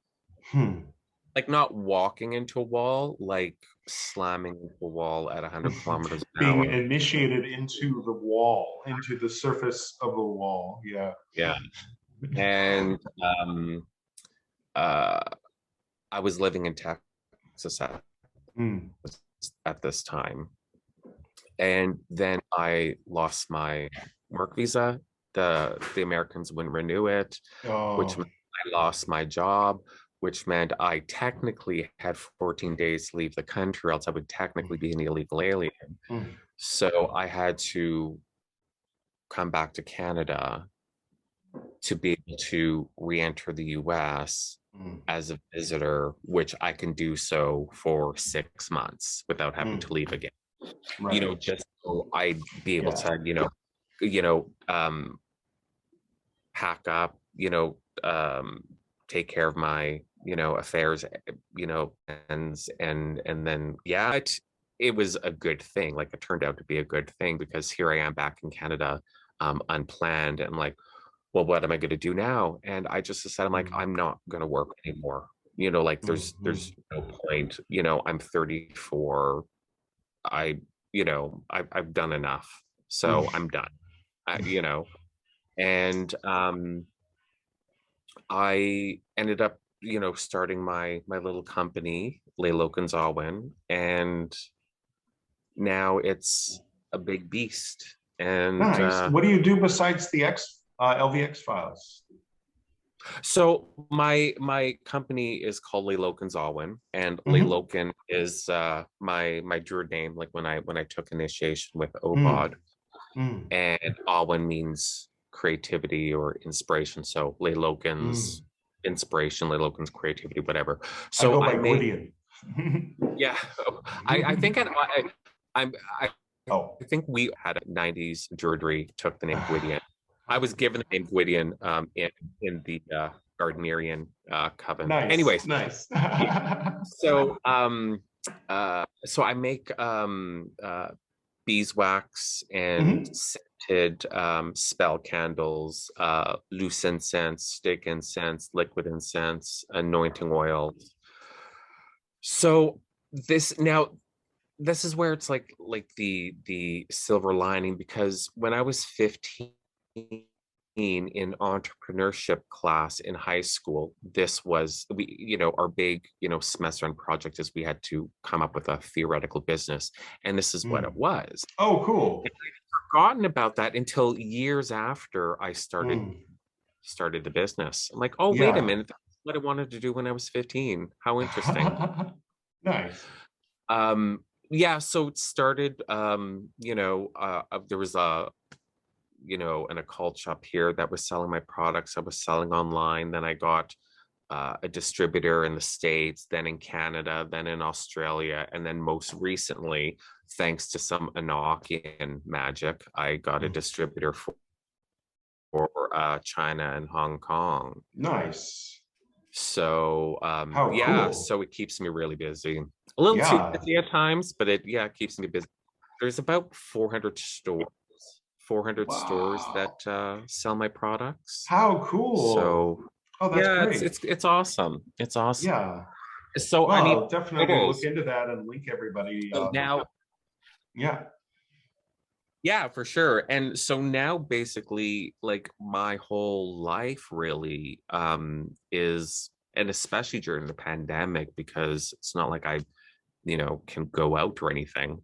Mm. Like, but my whole life literally is doing magic. Mm. Like I have my daily rituals that, I'm pretty good at and doing without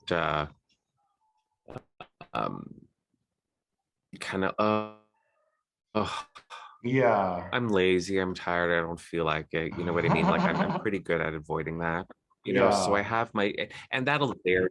If I'm really, really busy, if I'm slammed with orders, I'm not going to get more than an hour of daily rituals in a Right. day.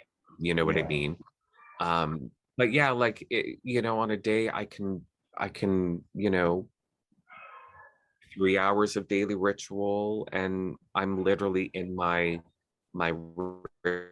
ritual room, um doing magic with making the products, because they're all Mm. charged, and you Yeah. know planetary day, planetary hour, and all that fun stuff. That's So great. yeah, all I do is magic, really. How great. Yeah, yeah. Congratulations. Do you work with No, the Crooked Path down in Burbank? Is that they one of your 400? not that I know of now. Okay. Like, yeah, because so the bulk of my business is I Mm. sell to the distributors, and the Okay. distributors sell to, before I got the distributors, like I had some stores that I was wholesaling to. So obviously I know those ones. Yeah. Otherwise, Right. the only time I know Yeah. if a store carries my product is if Yeah. they contact me and they're like, "Oh, we love your products," or like they tag me on social media or Yeah. whatever. Yeah. Otherwise, I just I don't know. Like I used to do this a lot back at the beginning. I used to Google Lailokens Awen all the time to see what stores would pop up. Yeah. I don't do it anymore, just because I mean the like I'll never be um over it. Satisfied. Oh Um yeah. Or over. like Yeah. Yeah. it's no big deal. But Yeah.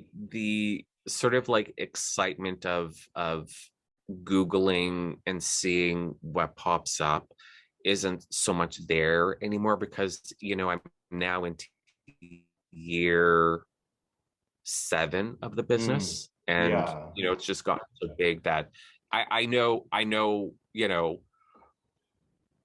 uh, the days where I'm working like 14 hours just making product and packing product, Yeah. I know it's selling somewhere. So I Yeah. don't I don't have to be like, oh, how many stores, and That's good. Yeah. How cool.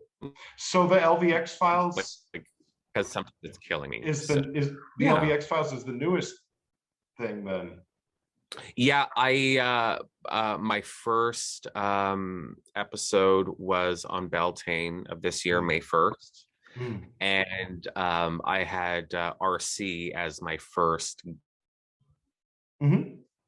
Brit, because um like I said, I had the idea of the podcast in my head for so long. And he's like, do Yeah. it, do it. And there's more of us got to be out there. So I Yeah, found, yeah.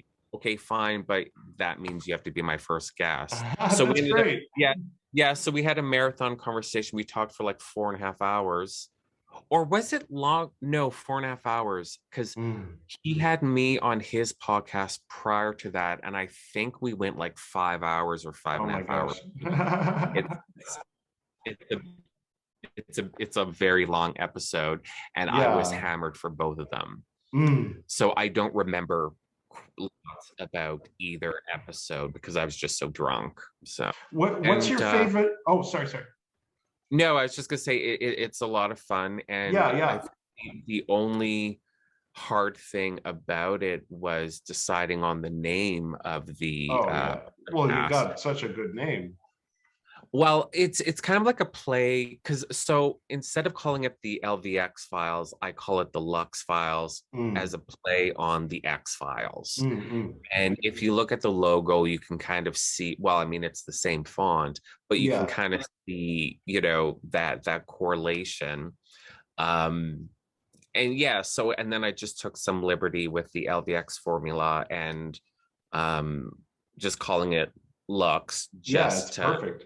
Yeah. just so it kind of Lux files, X files, just so it kind of, you know, it has that play. So because I had another uh idea name for the podcast in mind as well, which I won't say because I think it's still very clever. And I may find use for it, Yeah. but just the tone of my podcast, this name, the Lux Files, reflects it better than what the other one would have been. Yeah. That's So good. yeah, and I'm loving it. I'm having fun with all of Yeah. these conversations and you know, learning about people, but also learning things, you know. So yeah. Yeah. And other perspectives on the same thing.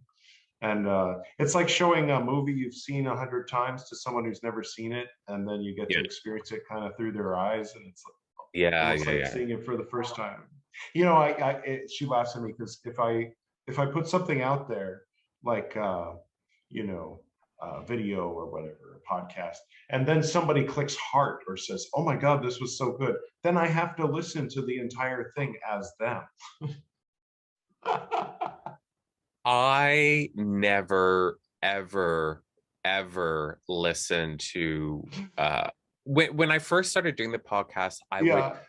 you know, one of the guests would say something like, "Oh my God, this is so great," and then I'd have to find it and make a clip of it and like post it as a clip as like a teaser, like, "Oh, this episode's coming out tomorrow," you know. Yeah. But the sound of my voice on recordings. Oh, I feel sorry for the world. I'm glad I don't have to hear my voice in that way. So I won't listen to my podcast. That's why I don't even edit them because I don't want to have to search and hear my voice and like, Yeah, yeah, right. no, I'm gonna hit start. I'm gonna hit start recording. I'm gonna hit end recording, and I'm gonna post it as a podcast Well, I episode. think you have a very good voice. Oh, ugh, no, no, not on recording. No way. I don't So know. yeah. So I won't. I won't listen to it. I I think won't. that's like the Vogue thing, how, you know, Vogue magazine or whatever tells women how they should look and all that. And, you know, and not everybody needs to be like a 1970s jazz station DJ. You know what I mean? Like Yeah. there's various types of good, and I like your type of good. I like your type of voice. It's similar to, you Perfect. know, Good. No, I love an it. old friend of I mean, mine. I Yeah, hope yeah, most people share your opinion because yeah, you yeah, know it's on my podcast. You know, yeah. so you know, I don't like hearing. I just don't like hearing myself in recordings. So Yeah, I yeah, guess I have to own up to like a certain level of sort of American narcissism and you know, like kind of liking the sound of my own voice. But in my defense, there was two incidents that happened. One was when I was only maybe 3 years old, and the bird, the African gray parrot, said, "Yeah." And my dad froze in his tracks, and my mom said, "What's wrong?" And he said, "That was my father's voice. He died in 1946." And she said, "That's your voice. That was the parrot." And the thing is, the same thing happened to me. I had to say I had the same mm, type of parrot when I was an adult, and he said, "Yeah," and I was shocked because it was my dad's voice. And so he was as I mentioned, a big college professor. I don't have any credentials of any kind. You know, I'm a 200-hour trained yoga teacher, but other than that, you know, I have a high school diploma that makes a very nice mouse pad. You know, so, but I have the authority, I have the gravitas, you know, that just sort of I absorbed by osmosis. I'm afraid that always yeah. got me in trouble as a kid, but now I can, you Well, know. It's funny because I like doing the podcast, which means obviously I like talking, but I love public speaking. Like the bigger the crowd, the better. Mm. I love public speaking. Everything, I love talking, and of course there's a certain amount of ego involved in public speaking. Like if you say you enjoy public speaking, then obviously like you like being the center of attention. Yeah. Yeah. I started a podcast at some level. Somewhere in me is saying you have something that people want, obviously. So put out a podcast. So there's a level of ego to it, which is fine. It's just I don't like hearing my own voice on recording. I like hearing myself talk, but not back at me. Yeah. I think we took two mirrors and made a mirror refraction. The fourth wall is broken, if there was such a thing, and I don't know, how do we get back on track? We're talking about doing the very thing that we're doing, and then overanalyzing it and talking about overanalyzing it. We've gone into a corner. We've painted ourselves into a corner. So okay, back to me. Back to magic. Back to you. Back to me. Ask me another question. Yes. So I think I finished. I think I finished your question asking how I got into. And I had a follow-up question. What is your favorite flying roll? You don't have to know the number. Oh Lord! I saw you were reading it. That's why I asked. I thought it might be fresh. I would have to say, I would think. Do I have a favorite flying roll? Yeah, that's a good question. Or maybe the first one that comes to mind. Probably the talismans. How to construct a talisman, I guess. One thing that which is kind of funny because, with my products, like everything is handmade. So I'm always creating. But one thing I realized, so like I'm very handsy, I'm very, crafty in a sense because, I'm making everything by hand. One thing I'd forgotten, which I relearned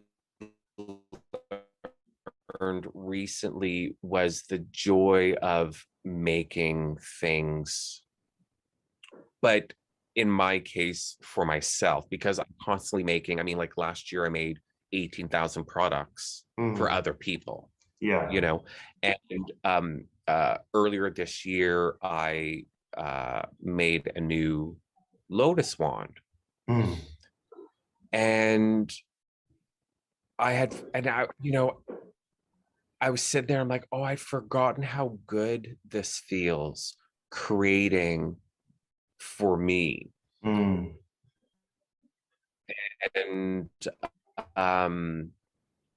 so like I've always liked making stuff like talismans and whatnot. It just, I went through, these past couple of years, the business is growing, because every time I get like a new distributor, the business just explodes, and I have to relearn how to run the business efficiently. You know what I mean? So a lot of extracurriculars, fall by the wayside. Plus, too, I mean, to be perfectly honest, my, like my daily practice is kind of routine. I don't do a lot of what you would call, like, say, practical magic. I mean, I could certainly do more than technically than what I do, and I have been recently with all this like deep purist Enochian we've been experimenting with with RC's Hermetic Mystery School. Nice. That's been really interesting, exploring deep purist Enochian, because it's just not what I'm used to. Yeah. Of ritual, and I like the pomp and ceremony of full-blown rituals and whatnot, and everything being just so, and very step by step. And this is repetition of prayers, and it's very I was just going to say low tech, but that's not really the right word for it. But it's it's low tech in magic. Now, again, I mean, with the Enochian system, you have the table of practice, the ring, the llama, so there's a lot of tools associated with it. But we basically started like with this concept, like, okay, we have this one sigil. Let's, and the prayers, let's see what happens. And building, and when I say one sigil, like literally on paper, white paper with black ink. Let's build from here, and it's slowly, it's this very organic process of building up the practice. And yeah, it's been very interesting. We've been getting some pretty interesting results with this work. Oh, nice. It's been a while for me. So getting back to the flying rolls. Yeah. So So no, I was just going to say, getting back to the rolls, I'm going to say talismans just because I used to make so much, and even though I stopped just because life, just that's just how it happens. It's just because I like making. So there, talismans. There you go. Nice. I was always a fan of number 4, but for the poetry, I mean, it's just fascinating. The one that was the one where one of Crowley's wives, I forget her name, the 2 famous women from the original Golden Dawn, whose names I should know, went into the vault and the pathworked the Empress, and they were shown the Holy Grail, and there was a whole journey that led up to it that just was very poetic and very descriptive and beautiful. And it's just interesting. I mean, because normally it would have been Moina. I don't think it was Moina. And it was Elaine Simpson and Florence Farr, so okay, yeah, okay, I think so. Could be.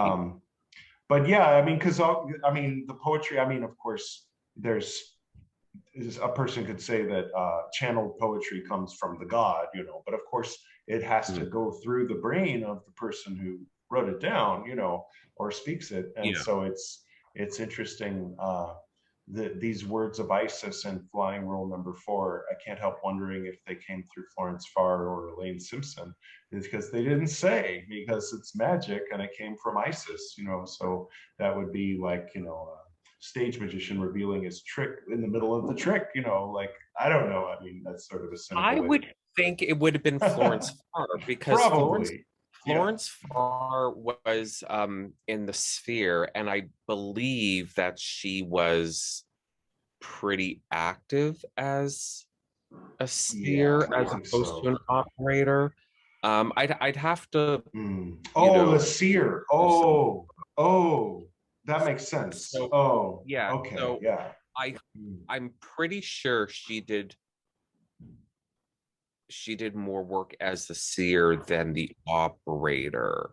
Yeah. So I would think if it was Elaine Simpson and Florence Farr, I would think Florence Farr would have been the seer. But it's hard to say, because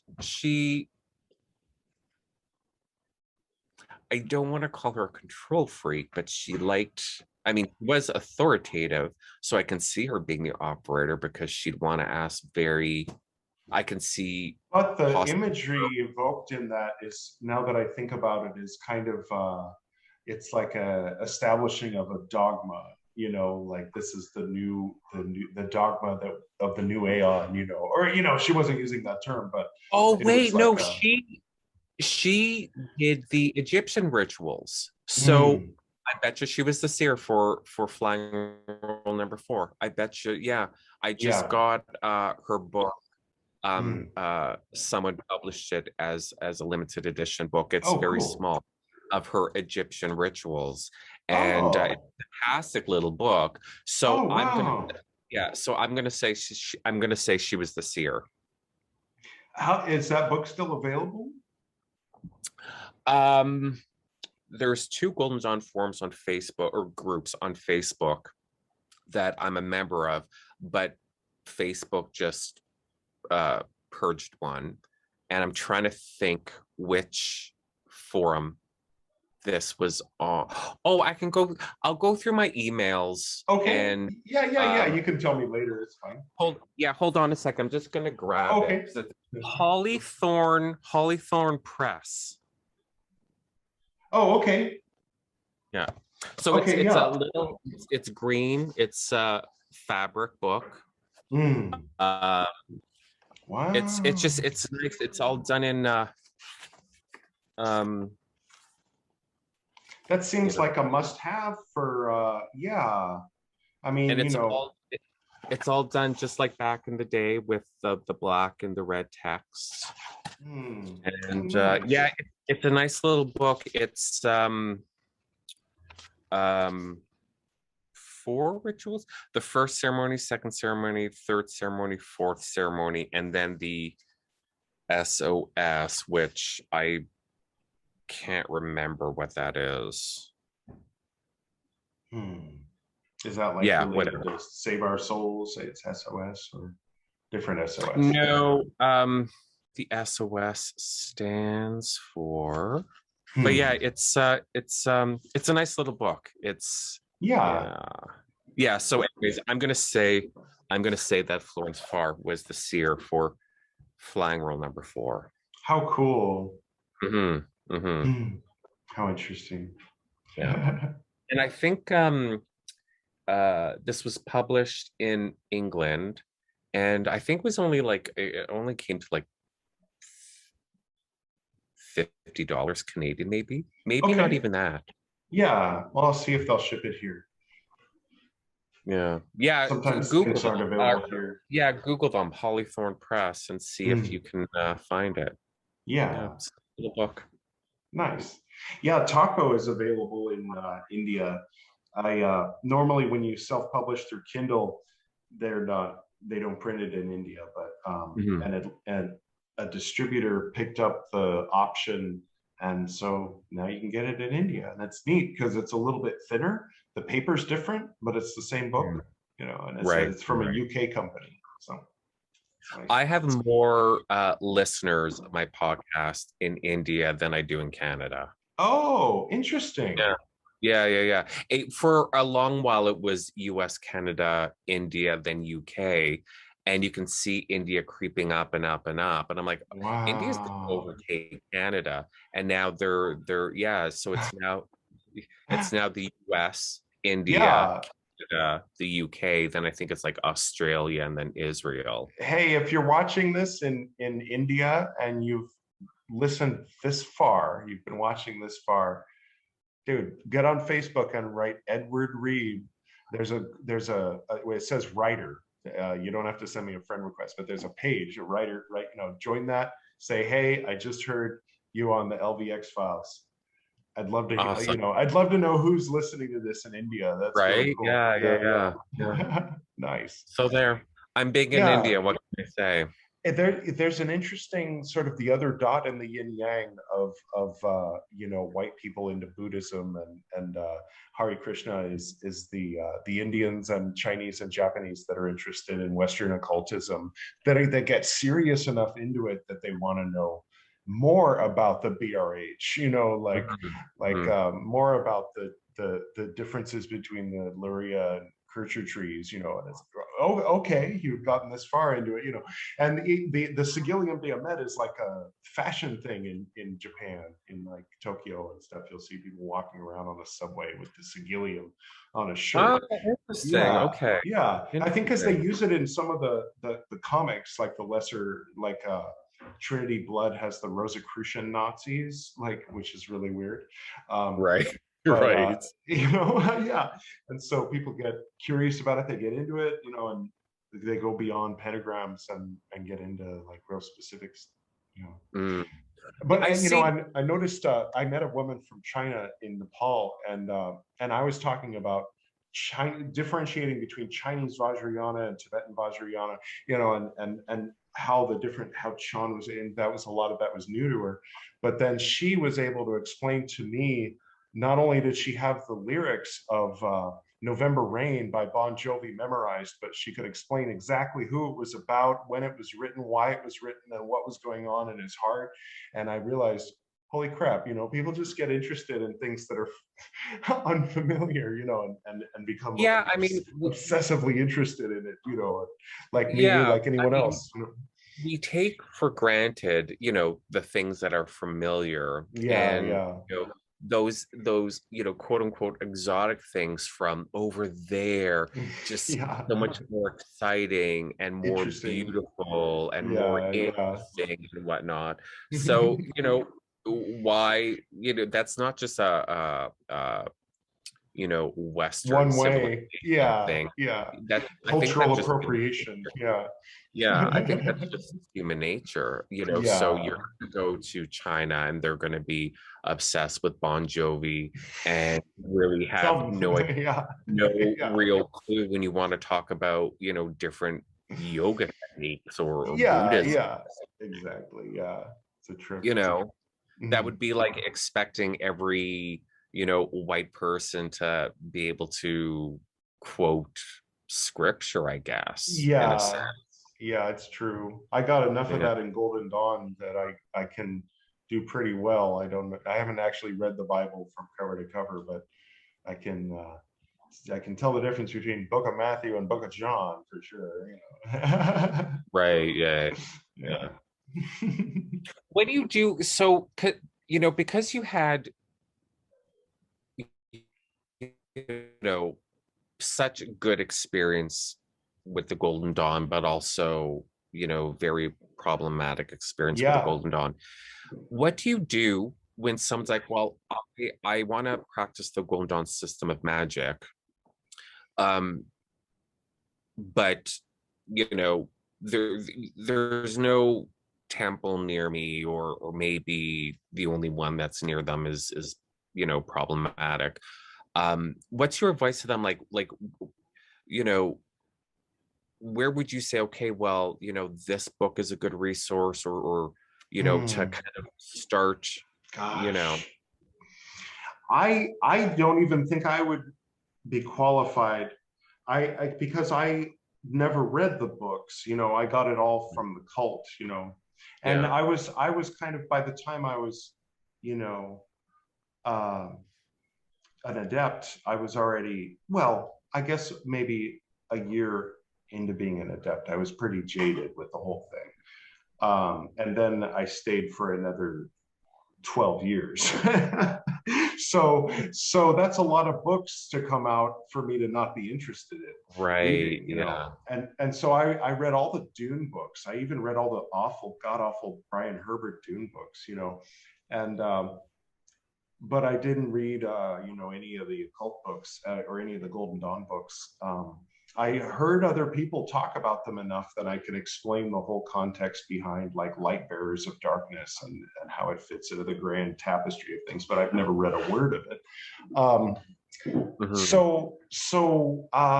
Gosh, I guess if someone was asking me for that particular advice, God, I that's tough. I mean, Because, it like, is a question because you can't. I mean, you can direct them to there's modern Regardi, magic, but yeah, but modern modern magic's magic okay. isn't. Yeah, it isn't specifically technically Golden Dawn. You Right. can, everyone's blasting the 7th edition of Israel Gardy's The Golden Dawn. Oh no, you don't want the 7th, you want the 6th. Well, but my even buddy there, did half the illustrations, so I say get the 7th. well, there you go. Get the 7th for the illustration. Yeah. And then self-initiation into the Golden Dawn, that can be pretty, I don't know, difficult to work through. So, it is, I realized that was a very challenging question for you. Yeah, I mean, if, like, I'm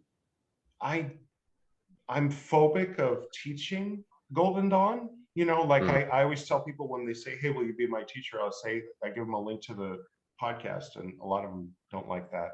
But I do my best to explain, and I repeat it on my podcast that I really don't, want to be an initiator. Like, technically I would, I claim the authority of a Golden Dawn chief adept in what I do, which is to do the Esoterinerd podcast, but I am not in any way interested in being in a pastos in a vault somewhere wearing blue. I don't want that for myself in this life.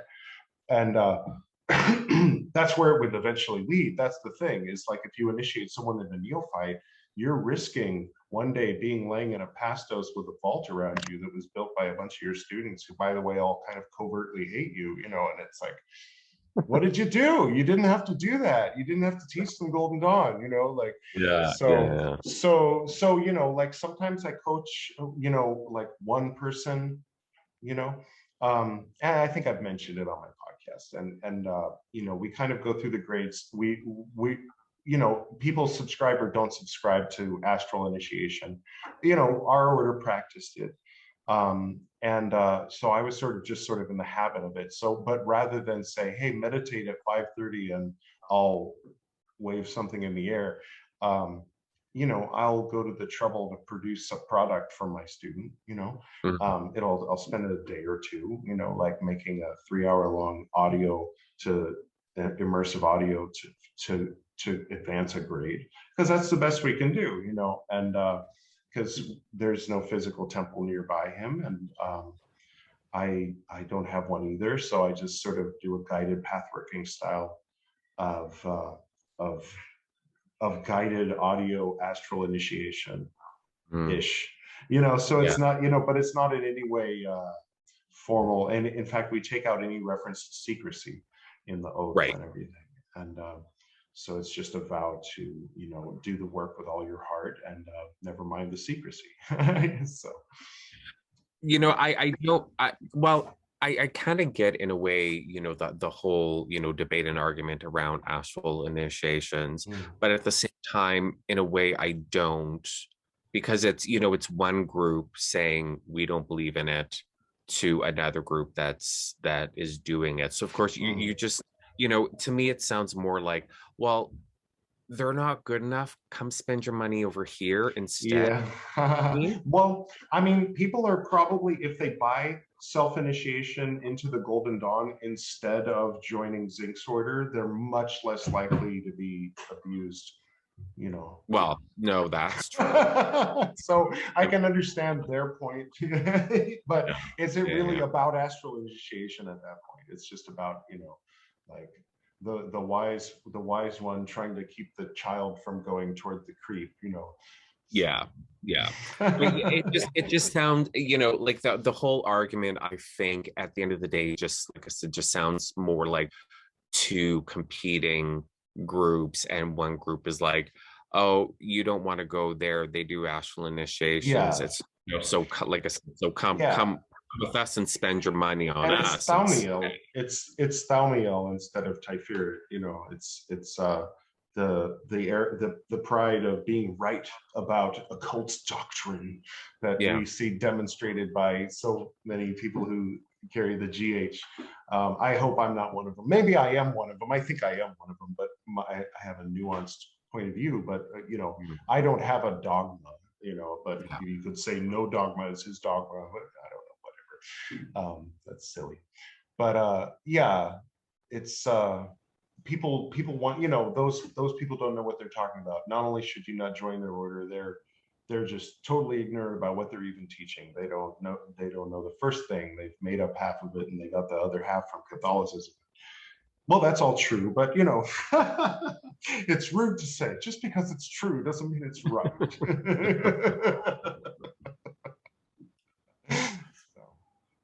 I don't know. I don't know if I'm lazy or just old, but getting into the bickering and the we do it, that makes us better, and right. they do, that makes that. From the outside it just looks absurd. Being inside it, it's like being inside it, what can you do? It's a different type of brain, a different type of thing being inside it, where you I don't know how to describe it. It's frustrating. It's frustrating when you know it's wrong, but you do it anyway, right? Because if you don't, you'll get in trouble. It's like so many layers of fucked up. Like I have to curse at Pope Runyon on alt magic, otherwise, the chief adept will, or like trying to prove something, trying to be the most aggressive, trying to be the most publicly self-annihilating, like letting your name be destroyed in the name of standing up for the creepy cult leader, like to prove to something, to prove something. It's weird. It's stupid. I mean, it's like mental. I don't want to insult mental illness by saying it's mental illness. It's a bad program. I mean, I also don't want to sound like I'm not being sympathetic toward people that are in that situation. I'm only being overly critical because I was in that situation. So I'm kind of like self-flagellating a little bit, so, but it's a real thing. God, it's a real place to be. And they think they're doing something good. I don't know. It's like, but then it happens between political parties, and then it's like, okay, it's just a stupid human thing, stupid human tricks. And I mean, these orders are full of stupid humans because we're human and we're stupid. I mean, there's who think that they're special and not normal stupid humans. Well, that's the problem. Even worse. That's the problem. But that's easier said than done. I say, don't, they want to be put up on the pedestal. Don't put them there. Because they're only up on that pedestal because you're putting them up there and you're holding the pedestal up, but that's easier said than done. I ran into at least two that if I wanted to drag someone through the mud, which I don't, I could tell two very detailed stories, but I'll just say, generally speaking, that there's a certain type that joins these orders that kisses the anus, kisses the ass of the whoever, the leader, the person they think that they should be tight with or something, the person that can get them in to those higher levels because they thirst to be put on a pedestal themselves and they think they deserve to be put on a pedestal. And if they were Proctor, they would, get the crack the whip. And so they, yes, sir. Yes. When do you need it? What time should I be there? Yes, I'll be there right away. Oh, I think I'm ready to test. What do you think? And then they get to Philosophists and they're psycho Nazis. It's like they the whole time, literal wolf in sheep's clothing again. They're just like the master. Because those people are there. It's like the culture there because those people exist. And the many aspiring cult leaders that do, some of them become the big ones, and whether it's in the big crystal cathedrals and evangelism or whatever, it's like, a certain type of, I guess it's psychopaths, right? And they figure that out. It's the psychopath gene that if you're abused, if you're psychopath and abused, you become a killer. If you're psychopath and loved, you become a CEO or Tony Robbins or something. It's like, okay, so they have a place in the mammalian order, I guess. Yeah. Scary. Yeah. Good old King David. I don't know what to do with us. I really don't know what to do with us humans at all. Yeah. Oh. We're a little complicated. Yeah, a lot. And that's gets back to the most complicated thing we have ever seen is one human brain. and let alone, and there's 8 billion of them, and Right. Yeah. so people try to Right. talk about the stock market. It's like, well, let's get back to trying to predict the weather. That sounds like it has more promising. Yeah. Right. RC calls it Hogwarts, and in a lot of ways it is. And there's so much good, and there's so much of value to teach and pass on. And but then you get egos, people that can put their egos aside. But well, people are there for their ego, a lot of them, which, if you're there for your ego, then obviously you're not going to put your ego aside. But there's so much potential, so much good to share and teach. It's just unfortunate that you just have to deal with these, assholes all the time. It's the shadow, I mean, they in the cult, they would talk about it as, the group alchemy, whatever, that it's the when you're in the current, then you go through the processes that the order goes through as the order goes through them. The word egregore is defined on Wikipedia as having been defined by the Hermetic Order of the Golden Dawn as groupthink. We use it all the time. It's a different egregore, Yeah. But oh no, I did it again. I think I was going somewhere with that, but I don't know where. I was talking about, like the good and the whatever. Oh yeah. Well, one thought I was having was about is it the Ennead? Not the Ennead, but the 9 gods, the 10th one being Horus, the original Egyptian gods, that at least the Z formula is based on. It's interesting. Some folks speculate that kind of the dramas that unfold in various incarnations of Golden Dawn orders kind of are reflective of the drama of the old Egyptian gods, and so it's kind of like built into the system a little bit. Maybe everybody wants to be Osiris, and then they end up they're married to Isis. They start looking at Nephthys over there, and then things happen according to the mythology. At least maybe not. I mean, these mythologies have universal concepts to them, so it's easy to look at those, overlay, and find modern equivalents, of course. But would the Golden Dawn be trapped in those mythologies? Would the SRIA be interesting if it was injected with some fresh, like, sort of ignorantly translated, Rosetta Stone, papyrus of Ani? I mean, that was an abstract thing to say. I'm sorry. The Society Rosicruciana in Anglia.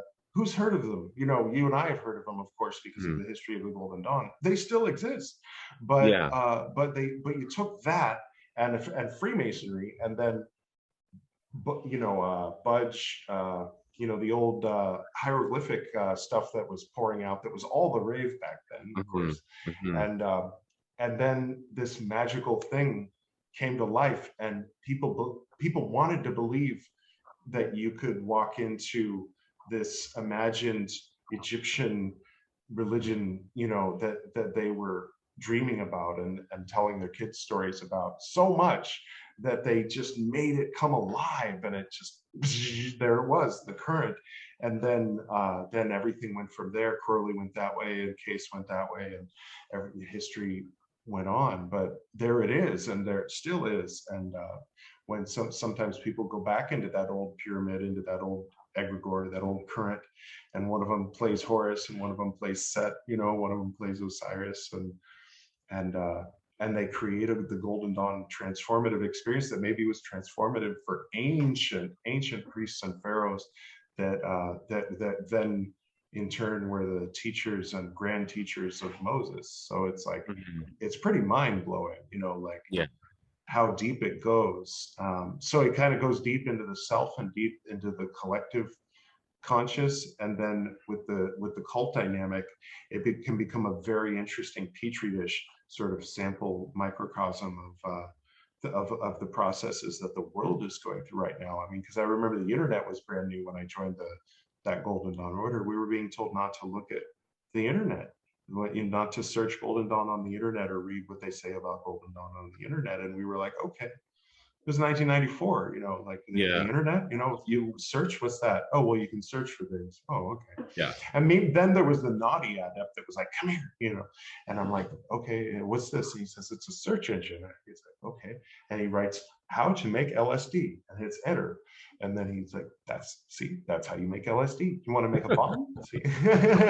I mean, kind of like making me aware that, like, okay, so you hear what he just said about not searching for Golden Dawn, like, don't listen, So there were cool adepts that were trying doing their best, but they became the fallen.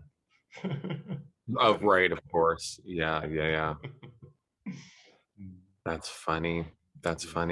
I do like all the schisms, though. I think interesting. It adds a lot of color. Yeah, I think it's healthy, to keep alive. And I mean, the thing is, I think if there wasn't a schism ever in the Golden Dawn, I think it would be, by this point, probably a still very secretive, probably pretty stuffy, tired order. Well, like, give me Catholicism in the catacombs anytime. That sounds like a party. Jesus, I would love to get in on that, and back in ancient Alexandria or something. But today, oh no, I mean, it's fine. I like it, but I don't like their politics. But I like the singing. Yeah. But yeah, I mean, same with Golden Dawn. Like, you get a group of people that like a friend. I didn't know that the order that I joined was basically established in 1989 ish, around then, with a group of a few people, and then but it had got going, so that by the time I joined in 93, it was 11/11/93. I mean, it was in a house, it was in a garage, but it still had that youth momentum, sort of the foolhardiness too. And but what a silly idea to, like, think that someone who's only been in the position of guru of a Golden Dawn temple for 4 years is any kind of saint, or like anyone but just someone who's looking it up in books, of course. Where else are you going to get it? Yeah, but did he, say to you guys knew coming in as neophytes, oh, 4 years ago I picked up a book on the Golden Dawn and I thought it was pretty cool. I had to piece that all together a lot later. Yeah, I mean, I'm sure he has a very very complicated line of succession story that makes him the one and only. Right. Exactly. Yeah. There was an adept from Alpha and Omega in Chicago that initiated this guy that happened to be the same guy that taught him how to use NLP to get girls to sleep with him in bars in the 1970s. And LVX, and thus it is. We are legitimate lineage of the greater matters. So, yeah, there you go. There you go. I would have more respect for someone that's like me and these 3 other people. We've been, working, practicing for a while, and we've been working this book system from this book, and we've been doing it for a couple of years, and we want to build a temple. But if you want to claim supreme executive Mathersian authority over your Golden Dawn order, then you must have the one and only link to the unknowable third order, and that we get our instructions from them, not from me. I'm just a vessel. I've sacrificed my life. They do have to do what they say. All I do is ask them what they say, and then I tell you. Don't look at me. I just wear the like a lot of bullshit. Yeah. I mean, it's that, I'm no longer Christian because of X, Pope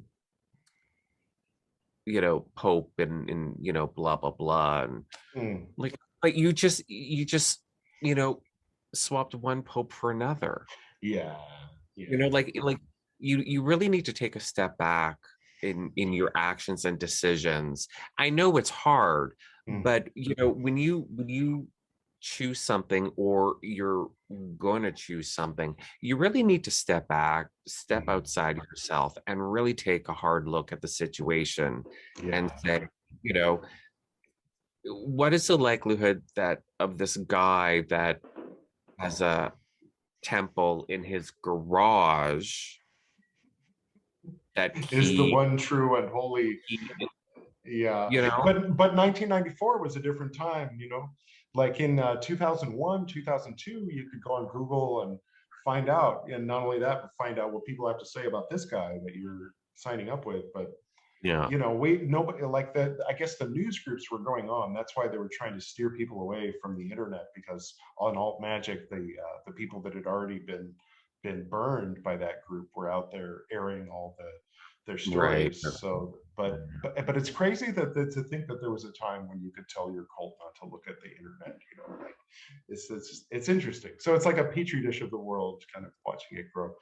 But by the time all that crap on Facebook was happening, like one of my jobs back in the day was to create a bunch of fake IDs and then go muddle up the conversations where people are complaining about our group specifically, and then make it seem like they're talking about this and blah, blah, blah, blah, blah, reframe the argument, So then when I saw, Fox News doing it, it was familiar. And then when I saw all these idiots on Facebook doing it, it's familiar.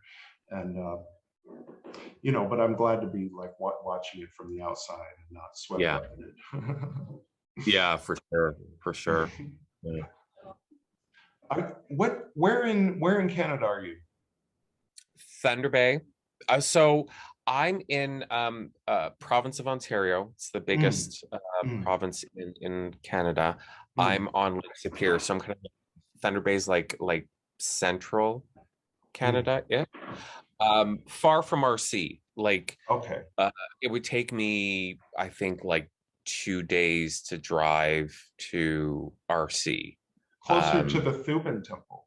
Where's? I'll have to look that up. They're somewhere up in Toronto, maybe. Yeah, maybe. It's Frater Yeshi, I think. Frater Yochin Yod. Yeah. I'm trying to search my memory. I kind of feel like, and I talk so much about this adept and this order and and how they split and So now I'm trying to think if I feel like I had a conversation or maybe listen to one of RC's podcasts about, I don't know, that kind of rings a bell. Yeah, it looks like they've changed forms since I last looked. They're called the Hermetic Society of the Golden Dawn now. But at the time that I interviewed him, I interviewed Frater Yeshi, and it was the Thuban Temple, and they were talking about wanting to create a society of various Golden Dawn orders. So it looks like he succeeded, because now it seems to be like they're saying these are books published by members of the society, and it's books published by different people from different orders. So it's like, okay, what he was envisioning was, there's so many places and people that are, they're in the Colorado Temple. So it's like, what if you're in New Jersey? Oh, well, there's Golden Dawns there, but they're different. But wouldn't it be nice if you could, go to if you're a practicus in the Colorado Temple and you're in New Jersey, you could go to a Theorgis initiation and witness and in a different order, technically. Wouldn't that be cool? So sort of like these dialogues that they were having between East and West splits of the old church, Right. Greek and Roman and all that.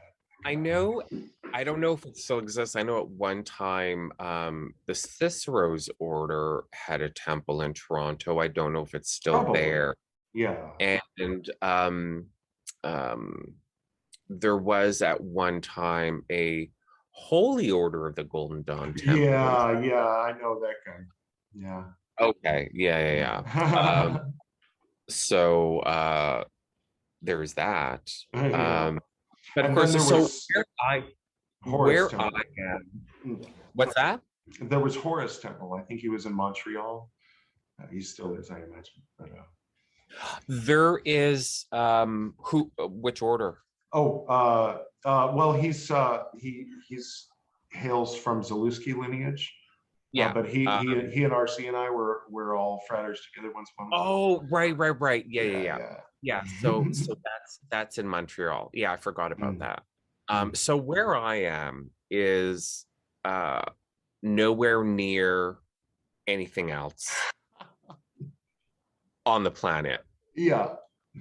So I would have to drive 8 hours either way Mm. to reach another large city. What's your closest U.S. state? Minnesota. So Duluth is 4 hours drive south from here. And then from there to anywhere else is there a temple in Duluth?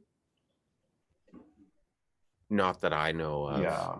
Yeah. But of course, I can't cross the border right now, anyways. Oh, right. Oh, yeah, of course. Yeah. So like Thunder Bay, like we have a population of like 130,000. So it's not huge, but it's not tiny. But there's just nothing. Like I said, like I'd have to drive 8 hours west to Winnipeg or 8 hours east to St. Marie to reach another larger city. And when I talk about, reaching Sault Ste. Marie, I'm not talking about reaching the metropolis. I'm talking about reaching, another city of 90,000, which in a way feels more isolated because they're just kind of like out of the mountains that are that, become very impassable in the wintertime. Yeah. There's nothing here. There's Okay. there's yeah. There's nothing here. And there's not going to be anything here. Yeah. I couldn't imagine like if I, was to be very public and be like, let's start a Golden Dawn group. Yeah. Or I don't know if it would like even, well, no, I wouldn't. Yeah, no. So like a Golden Dawn group, I don't see anything really seriously blossoming from that. Yeah. I just think like, if you got to the point here where like, oh great, you're interested in the Golden Dawn, 10 other people and they're all newbies and like, this is the amount of work that goes into the Golden Dawn. Don't see it, just it wouldn't happen. And then you're like, let's build a temple, let's whip out the tools and start having practice and getting officers and it just Thunder Bay is a very relaxed kind of, we're not into doing the extra work kind of place. Yeah. You know what I mean? I was thinking, I wonder if anybody's ever done this, but like if someone had enough money or whatever kind of connections to like actually hire actors and then direct them to perform a neophyte initiation. Then like, and then someone comes and they join and they go through the initiation, and then everybody's part of the act is that after the ceremony you hug them and then you leave and you never talk to them again. And then it turns out you just initiated them into a two-person cult by hiring all these actors to be them.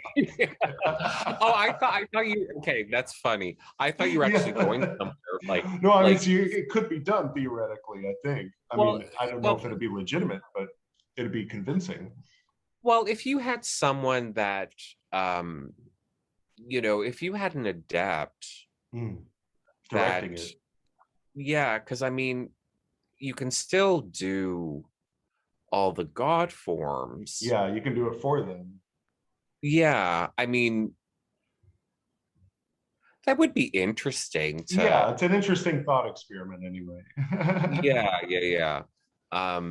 I mean, like when I work through the self-initiation book, um,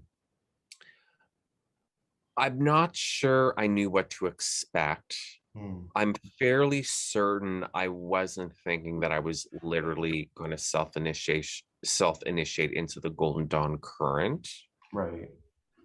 I think it was more of an idea of being able to work the system of magic, you know,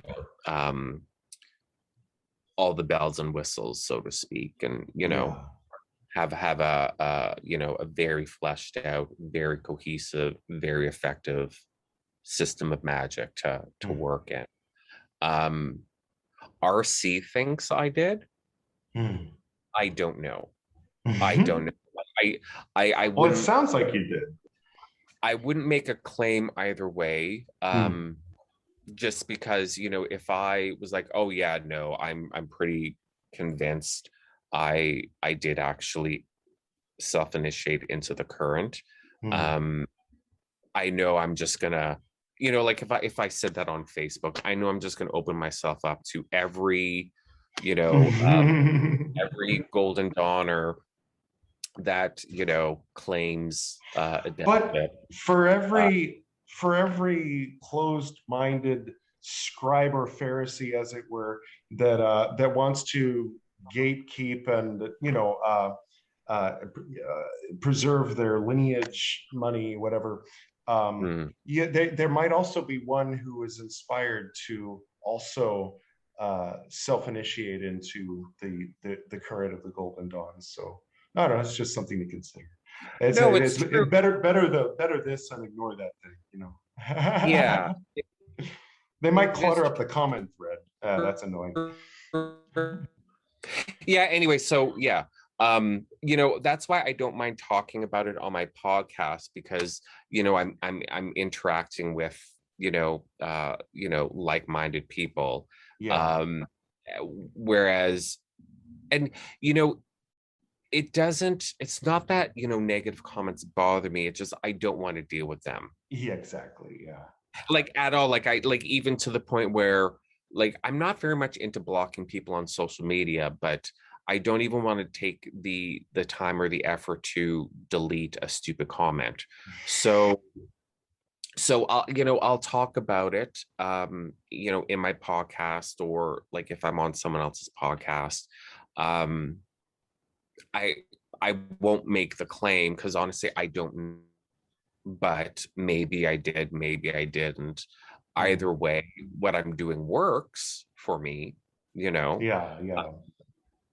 And regardless of what system you want to work in, what kind of magic you want to practice, then just do it. Because sitting around waiting for your holy guru, or the big wonderful order or temple, the one true. Yeah, I mean, there's no Golden Dawn temple that's gonna spring up here in Thunder Bay ever. So I'm not going to sit around waiting for that to happen. I worked hard through that book, and it's I think some people go through physical initiation and even all the way up to portal without getting very much out of things. Sometimes it's surprising, and I wonder how it happens when people go up and they do a BRH backwards and they're in the higher grades. It's like, what? Your proctor wasn't paying any attention at all. That's so sad. Yeah. Well, that's the thing. I mean, when you're in an order, it's not even just about your progress. Isn't even just about you anymore. It's about your teacher, your proctor, or however that arrangement system is. Because if you're doing a BRH backwards, or invoking instead of banishing, and That's how you've So, always done it. yeah, well, Okay. whose fault is that? Yeah. Somebody should have pointed that out to you. Yeah, yeah. Yeah. So it's it's not just, I mean, I'm sure there's people that, have gone through these orders and they've kind of like coasted through without Yeah. getting substance out of it. Yeah. Um, By by but uh by parroting the whatever dogma that the leader, sometimes it happens that way, where yeah. you can bypass actually studying the knowledge by affirming the opinions of Mm, whoever's in mhm. charge. That's obnoxious. It's just such a basic trick, and it's like the leader is foolish for falling for it, and the person doing it is foolish for using it, because nobody benefits. Right. Yeah. Yeah. Yeah. It's Yeah. like cheating in high school. Like, okay, what are you going to do with that A? You know, You know, well, I get cheating in high school, like if it if means, you're trying to get into college, yeah, but there's no yeah, college at the if, end of Golden Dawn, except for yeah, the RNAC. But come on. yeah. If your alternative is to fail this class, okay, I get the cheating, Yeah, yeah. in high school, but like say cheating at a As a rule, game, or yeah, cheating like you're playing a board game with yeah. friends and you cheat, like I don't understand where you get any sort of satisfaction out of your Cheating win. at D&D. Yeah. Yeah. Um Oh, I I rolled a I 20. yeah, I don't know how you get satisfaction out of that win because you didn't win, you Yeah, know. yeah. Um you know, and most people really are bad liars. I'm less offended about being lied to. I'm Mm, more offended because people really aren't good liars. yeah. I'm more offended by the fact that, like, I know you're lying right now as you're speaking to me. So I can only assume that you think I'm so dumb Yeah. I don't see it. So I'm Mm. more offended by that than I am Yeah.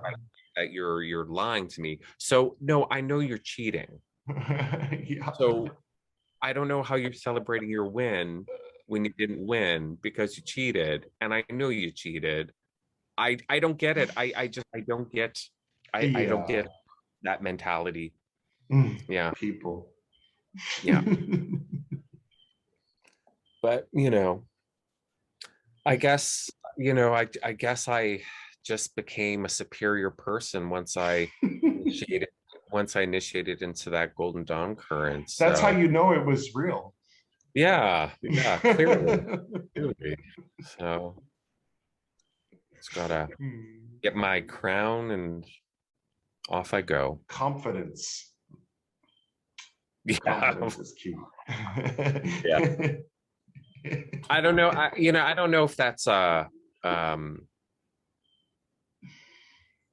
I don't want to yeah, I don't know if that's a lack of confidence.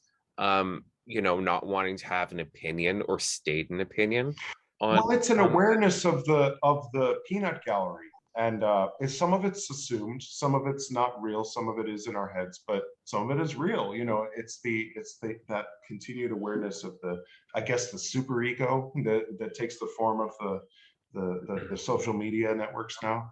Um, yeah, I mean, for me, I got some physical distance from it and some time distance from it, and now I've finally arrived in a place where I really don't care, like, yeah. but I definitely, as being an individual who no longer is practicing with a traditional Golden Dawn group, my personal group think, my personal think, I guess you could say, my way of thinking has Mhm. drifted too, and it's definitely influenced by Golden Dawn as well as other things. Yeah. And I can teach on a Golden Dawn subject, but it'll have a nuanced perspective, and I like to Mhm. bring, because nuanced perspective is one thing that I felt was always lacking. So I tend to emphasize it more than the actual teaching. So that kind of makes me not the greatest teacher, unless somebody is like abstract enough to, like, receive a meta, a meta commentary coupled with a sarcastic criticism of Golden Dawn while they're being initiated, so it must be a challenging path to walk, sorry brother. Anyway. That's funny. Life. We're interesting creatures. Yeah, everybody's pretty unique, some more than others. Yeah. At the end of the day, I was like, I'm just going to do the work. And that's really all that matters. You guys can be back and forth on social media, hashing out who's right, who's wrong, who's superior, who's inferior. You could spend all day doing that, knock yourselves out. At the end of the day, I'm just going to do the work. And at the end of the day, I think if there is a question, which there is not, but if there were a question, it would be who, at the end of the day, when they say Ata, connects truly with the eternal unknowable. And that, and that's like not something you can argue about on Facebook, or it'd be really dumb to argue about on Facebook. And right. And it kind of makes everything else in perspective, in proper perspective. It's the little blue dot, as Carl Sagan said. It's much less than the little blue dot. The little blue dot is the whole world, and that is just a little comment thread. It's just a little glitter. Yeah, exactly. It's true. It's true. Yeah. It's true. Well, I like it. I like the work that you're doing. I like the work that you've done, and you have my seal of approval as a fellow esoteric. Awesome. Yeah. Awesome. I think that just made me a chief adept right there. Right there. Oh yeah, I think everybody ought to be the chief adept of their own order of one. Once it becomes an order of 2 or 3, then it gets a little iffy. Right. But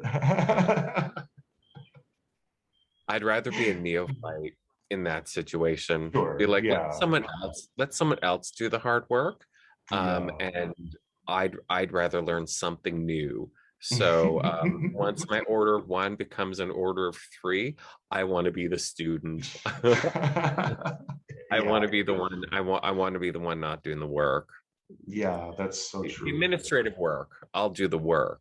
But yeah. When I came here, I became a student all over again. It was like being born anew, and just it's fantastic. It really is. The student role is the best. I lead all of my group rituals, and I don't know where the the people that they want to be the leader and that's because they've never truly led, because I'm running our group rituals, and I'm like a stage director. And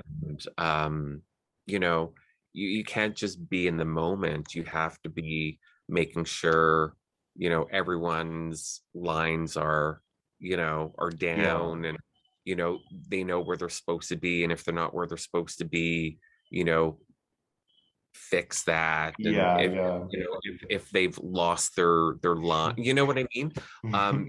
You're just not existing and just experiencing anymore. Honored Hegemon, please circumambulate halfway around the temple to your position at this time.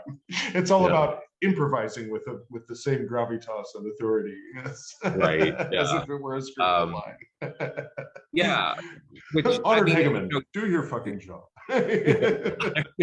I mean, you make it work. Work. It's not that things, the ritual, is destroyed. It's just you have to be on top of everything. You're not the one just kind of like existing in the space and experiencing it. So I much rather be a student. Yeah, for sure. Yeah. And on that note, eternally students, forever neophytes. I guess one thing I'll do that'll be a little bit fun, maybe, is I'll give you a little tour of my office.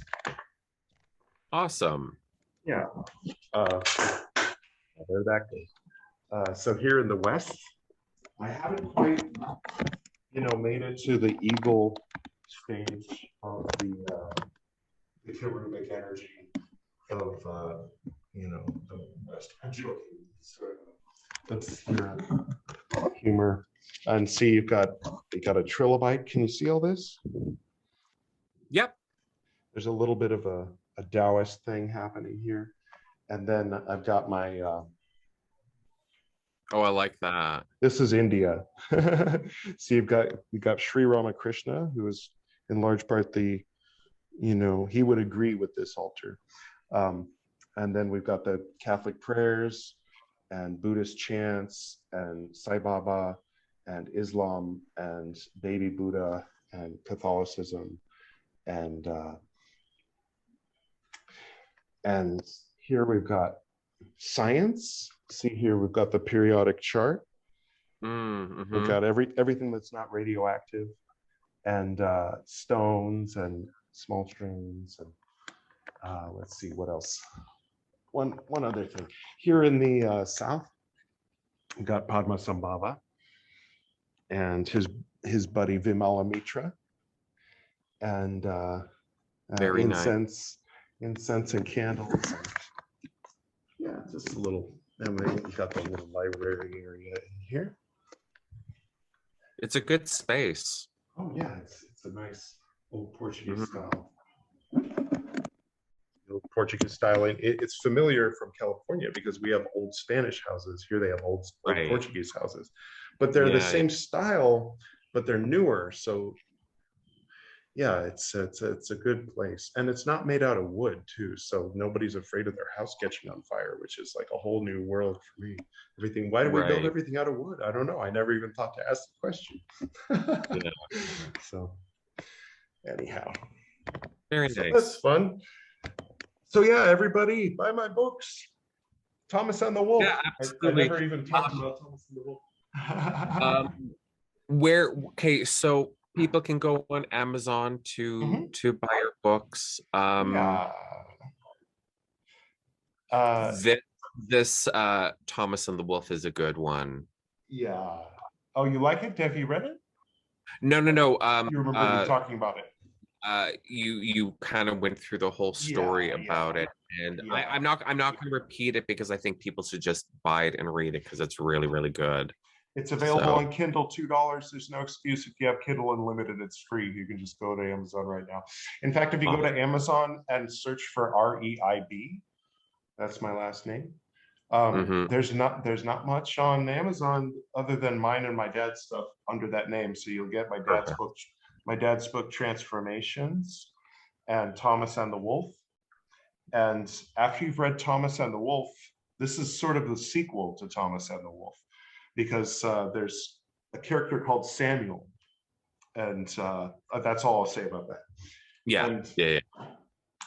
So that's a nice plug. I don't need to talk about any more than that because I don't want to overwhelm people. Okay, and there's this, and also buy this. But no, just Thomas and the Wolf. Thomas and the Wolf. Keep it simple. Perfect. Yeah, but all of his books are up there on Amazon, so go check them out. And you're on Instagram. Pymander Aquarian on Instagram. Yeah. Anywhere else you want people to follow you? Facebook? Because you have your art. Well, I have. The thing is with people who are interested in occult things are drawn toward Esoterinerd. For me, Esoterinerd is, it's precious to me, but I'm doing a lot of other things right now, and sort of also on the side sometimes 5% doing Esoterinerd. So if you want to see what I'm doing, where I'm putting my energy, where my heart is right now, it's more the Edward Reed stuff. So on Facebook, there's the Edward Reed page where it's Edward Reed Writer, and and so all my poetry recitals of from Iburrito and Taco, and travel videos where of the Dharamshala and Shanghai, and interesting music videos and things like that. There's a page called Goin Goin, Goingoangone. So Goin Goin Gone. That's a YouTube channel my wife and I do, where we make fun little short naturey videos of Goa. And just that. So if somebody goes to edwardreeb.com, that's edward-reeb.com, and that's REIB, then you'll see all that stuff. It says author, yoga, podcasts, movies. And so you can explore. There are rabbit holes. There are multiple rabbit holes in edwardreeb.com that you can go down. And I recommend all of them and have fun. Good. And I'll put those links in the show notes. So thank you. Yes, everyone can just, click and go from there. So it'll be simple for them. So perfect. Great. Sweet. Awesome. So it's nice talking to you one-on-one this time. Yeah. I mean, that with the Hermetic Mystery School, I'm not saying that wasn't good. I'm just saying being able to. No, it's nice to take the time to talk. And thank you for having me on LVX Files. Luke's Files podcast. And if you're listening to this on. And see, that's the funny thing. It's I purposely said originally I was going to do Lux, Lux, because so people would say the LVX Files or say Luke's instead of Lux. And I'm like, I may be kicking myself in the butt here a bit. With this name, because, but whatever. Oh no, it's fine. Whatever. I like LVX Files personally, but it is. Lux Files works too. Yeah. And if you're listening to this on Esoterinerd, check out his other. This is episode what? Only episode 8, right? No, this is episode 28. Oh, 28. Okay. 28. Yeah. Cool. And this is episode 109 of Esoterinerd. Awesome. My favorite number. Oh, good. No. Adds up to 10. So Agent Cooper I'm just saying. Very nice. Well, I got my tea, so I think that's my cue. That's my subtle signal of, hey, are you done? Yeah. Coming from the beautiful Priel over there. Well, it's getting late where you are. I mean, here it's just mid-afternoon, but there it's over. It's midnight now. So it's 12:22, but we usually stay up till at least 2, so it's all good. Yeah. Well, you go enjoy your tea, and I don't know what I'm gonna do the rest of the afternoon because I don't feel like doing anything now. Well, be sure to send me this, and I'll take it from there, and I'll send it back to you. Perfect. Excellent. Alrighty. Okay. Well, very nice to meet you. Yeah, you too. And, not meet you, talk to you. Meet more. Yeah. We met before, but. It's all right. He's stoned. It's all good. Anyways, you enjoy the rest of your evening, and everyone, take care. All right. What am I doing? Yeah, perfect. Bye.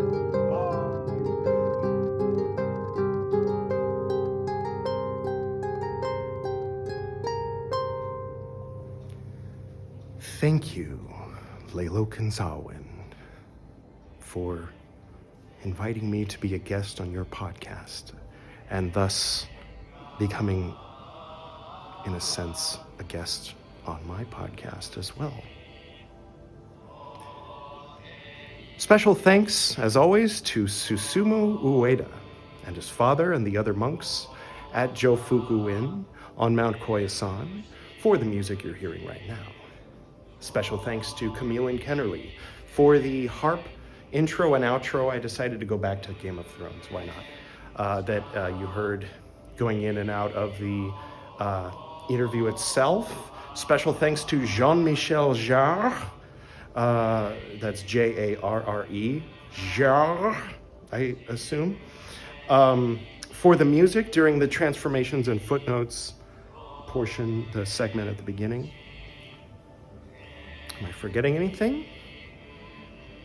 Special thanks to very honored Freder RC for introducing Lailokens Awen to me and facilitating this happening, and for encouraging him to create the LVX Files podcast.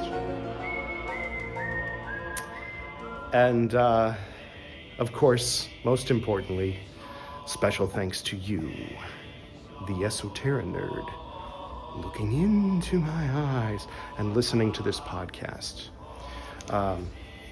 Check out on Amazon, Thomas and the Wolf.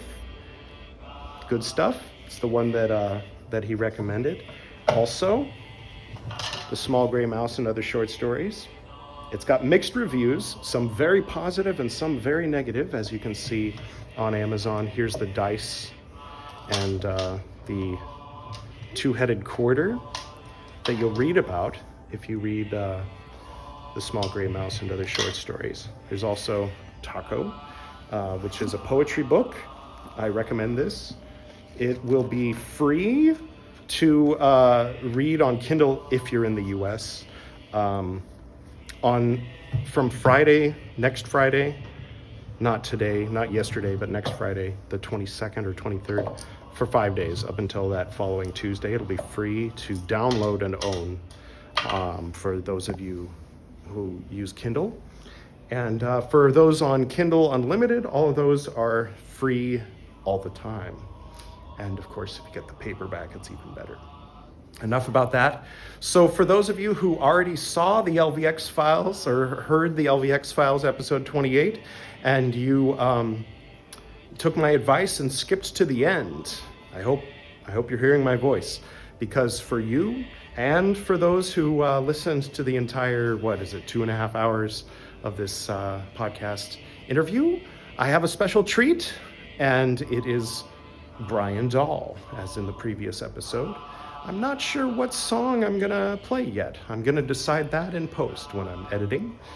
And so I'm sure whichever it is, you will enjoy it. I've made some changes recently to edwardreeb.com, so please do check that out. It's edward-reeb, and that's REIB.com. I'll put it here at the bottom of the screen. And all right, let's, shall we say a prayer? Here.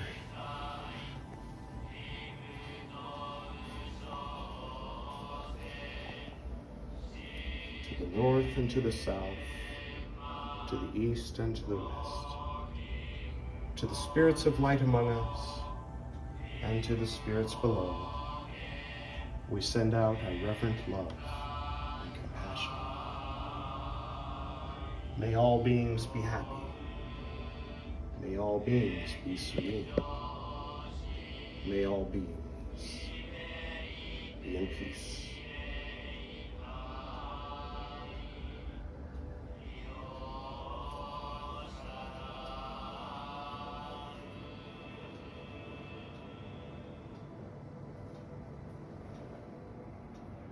Good night. In the divine name, I invoke thee.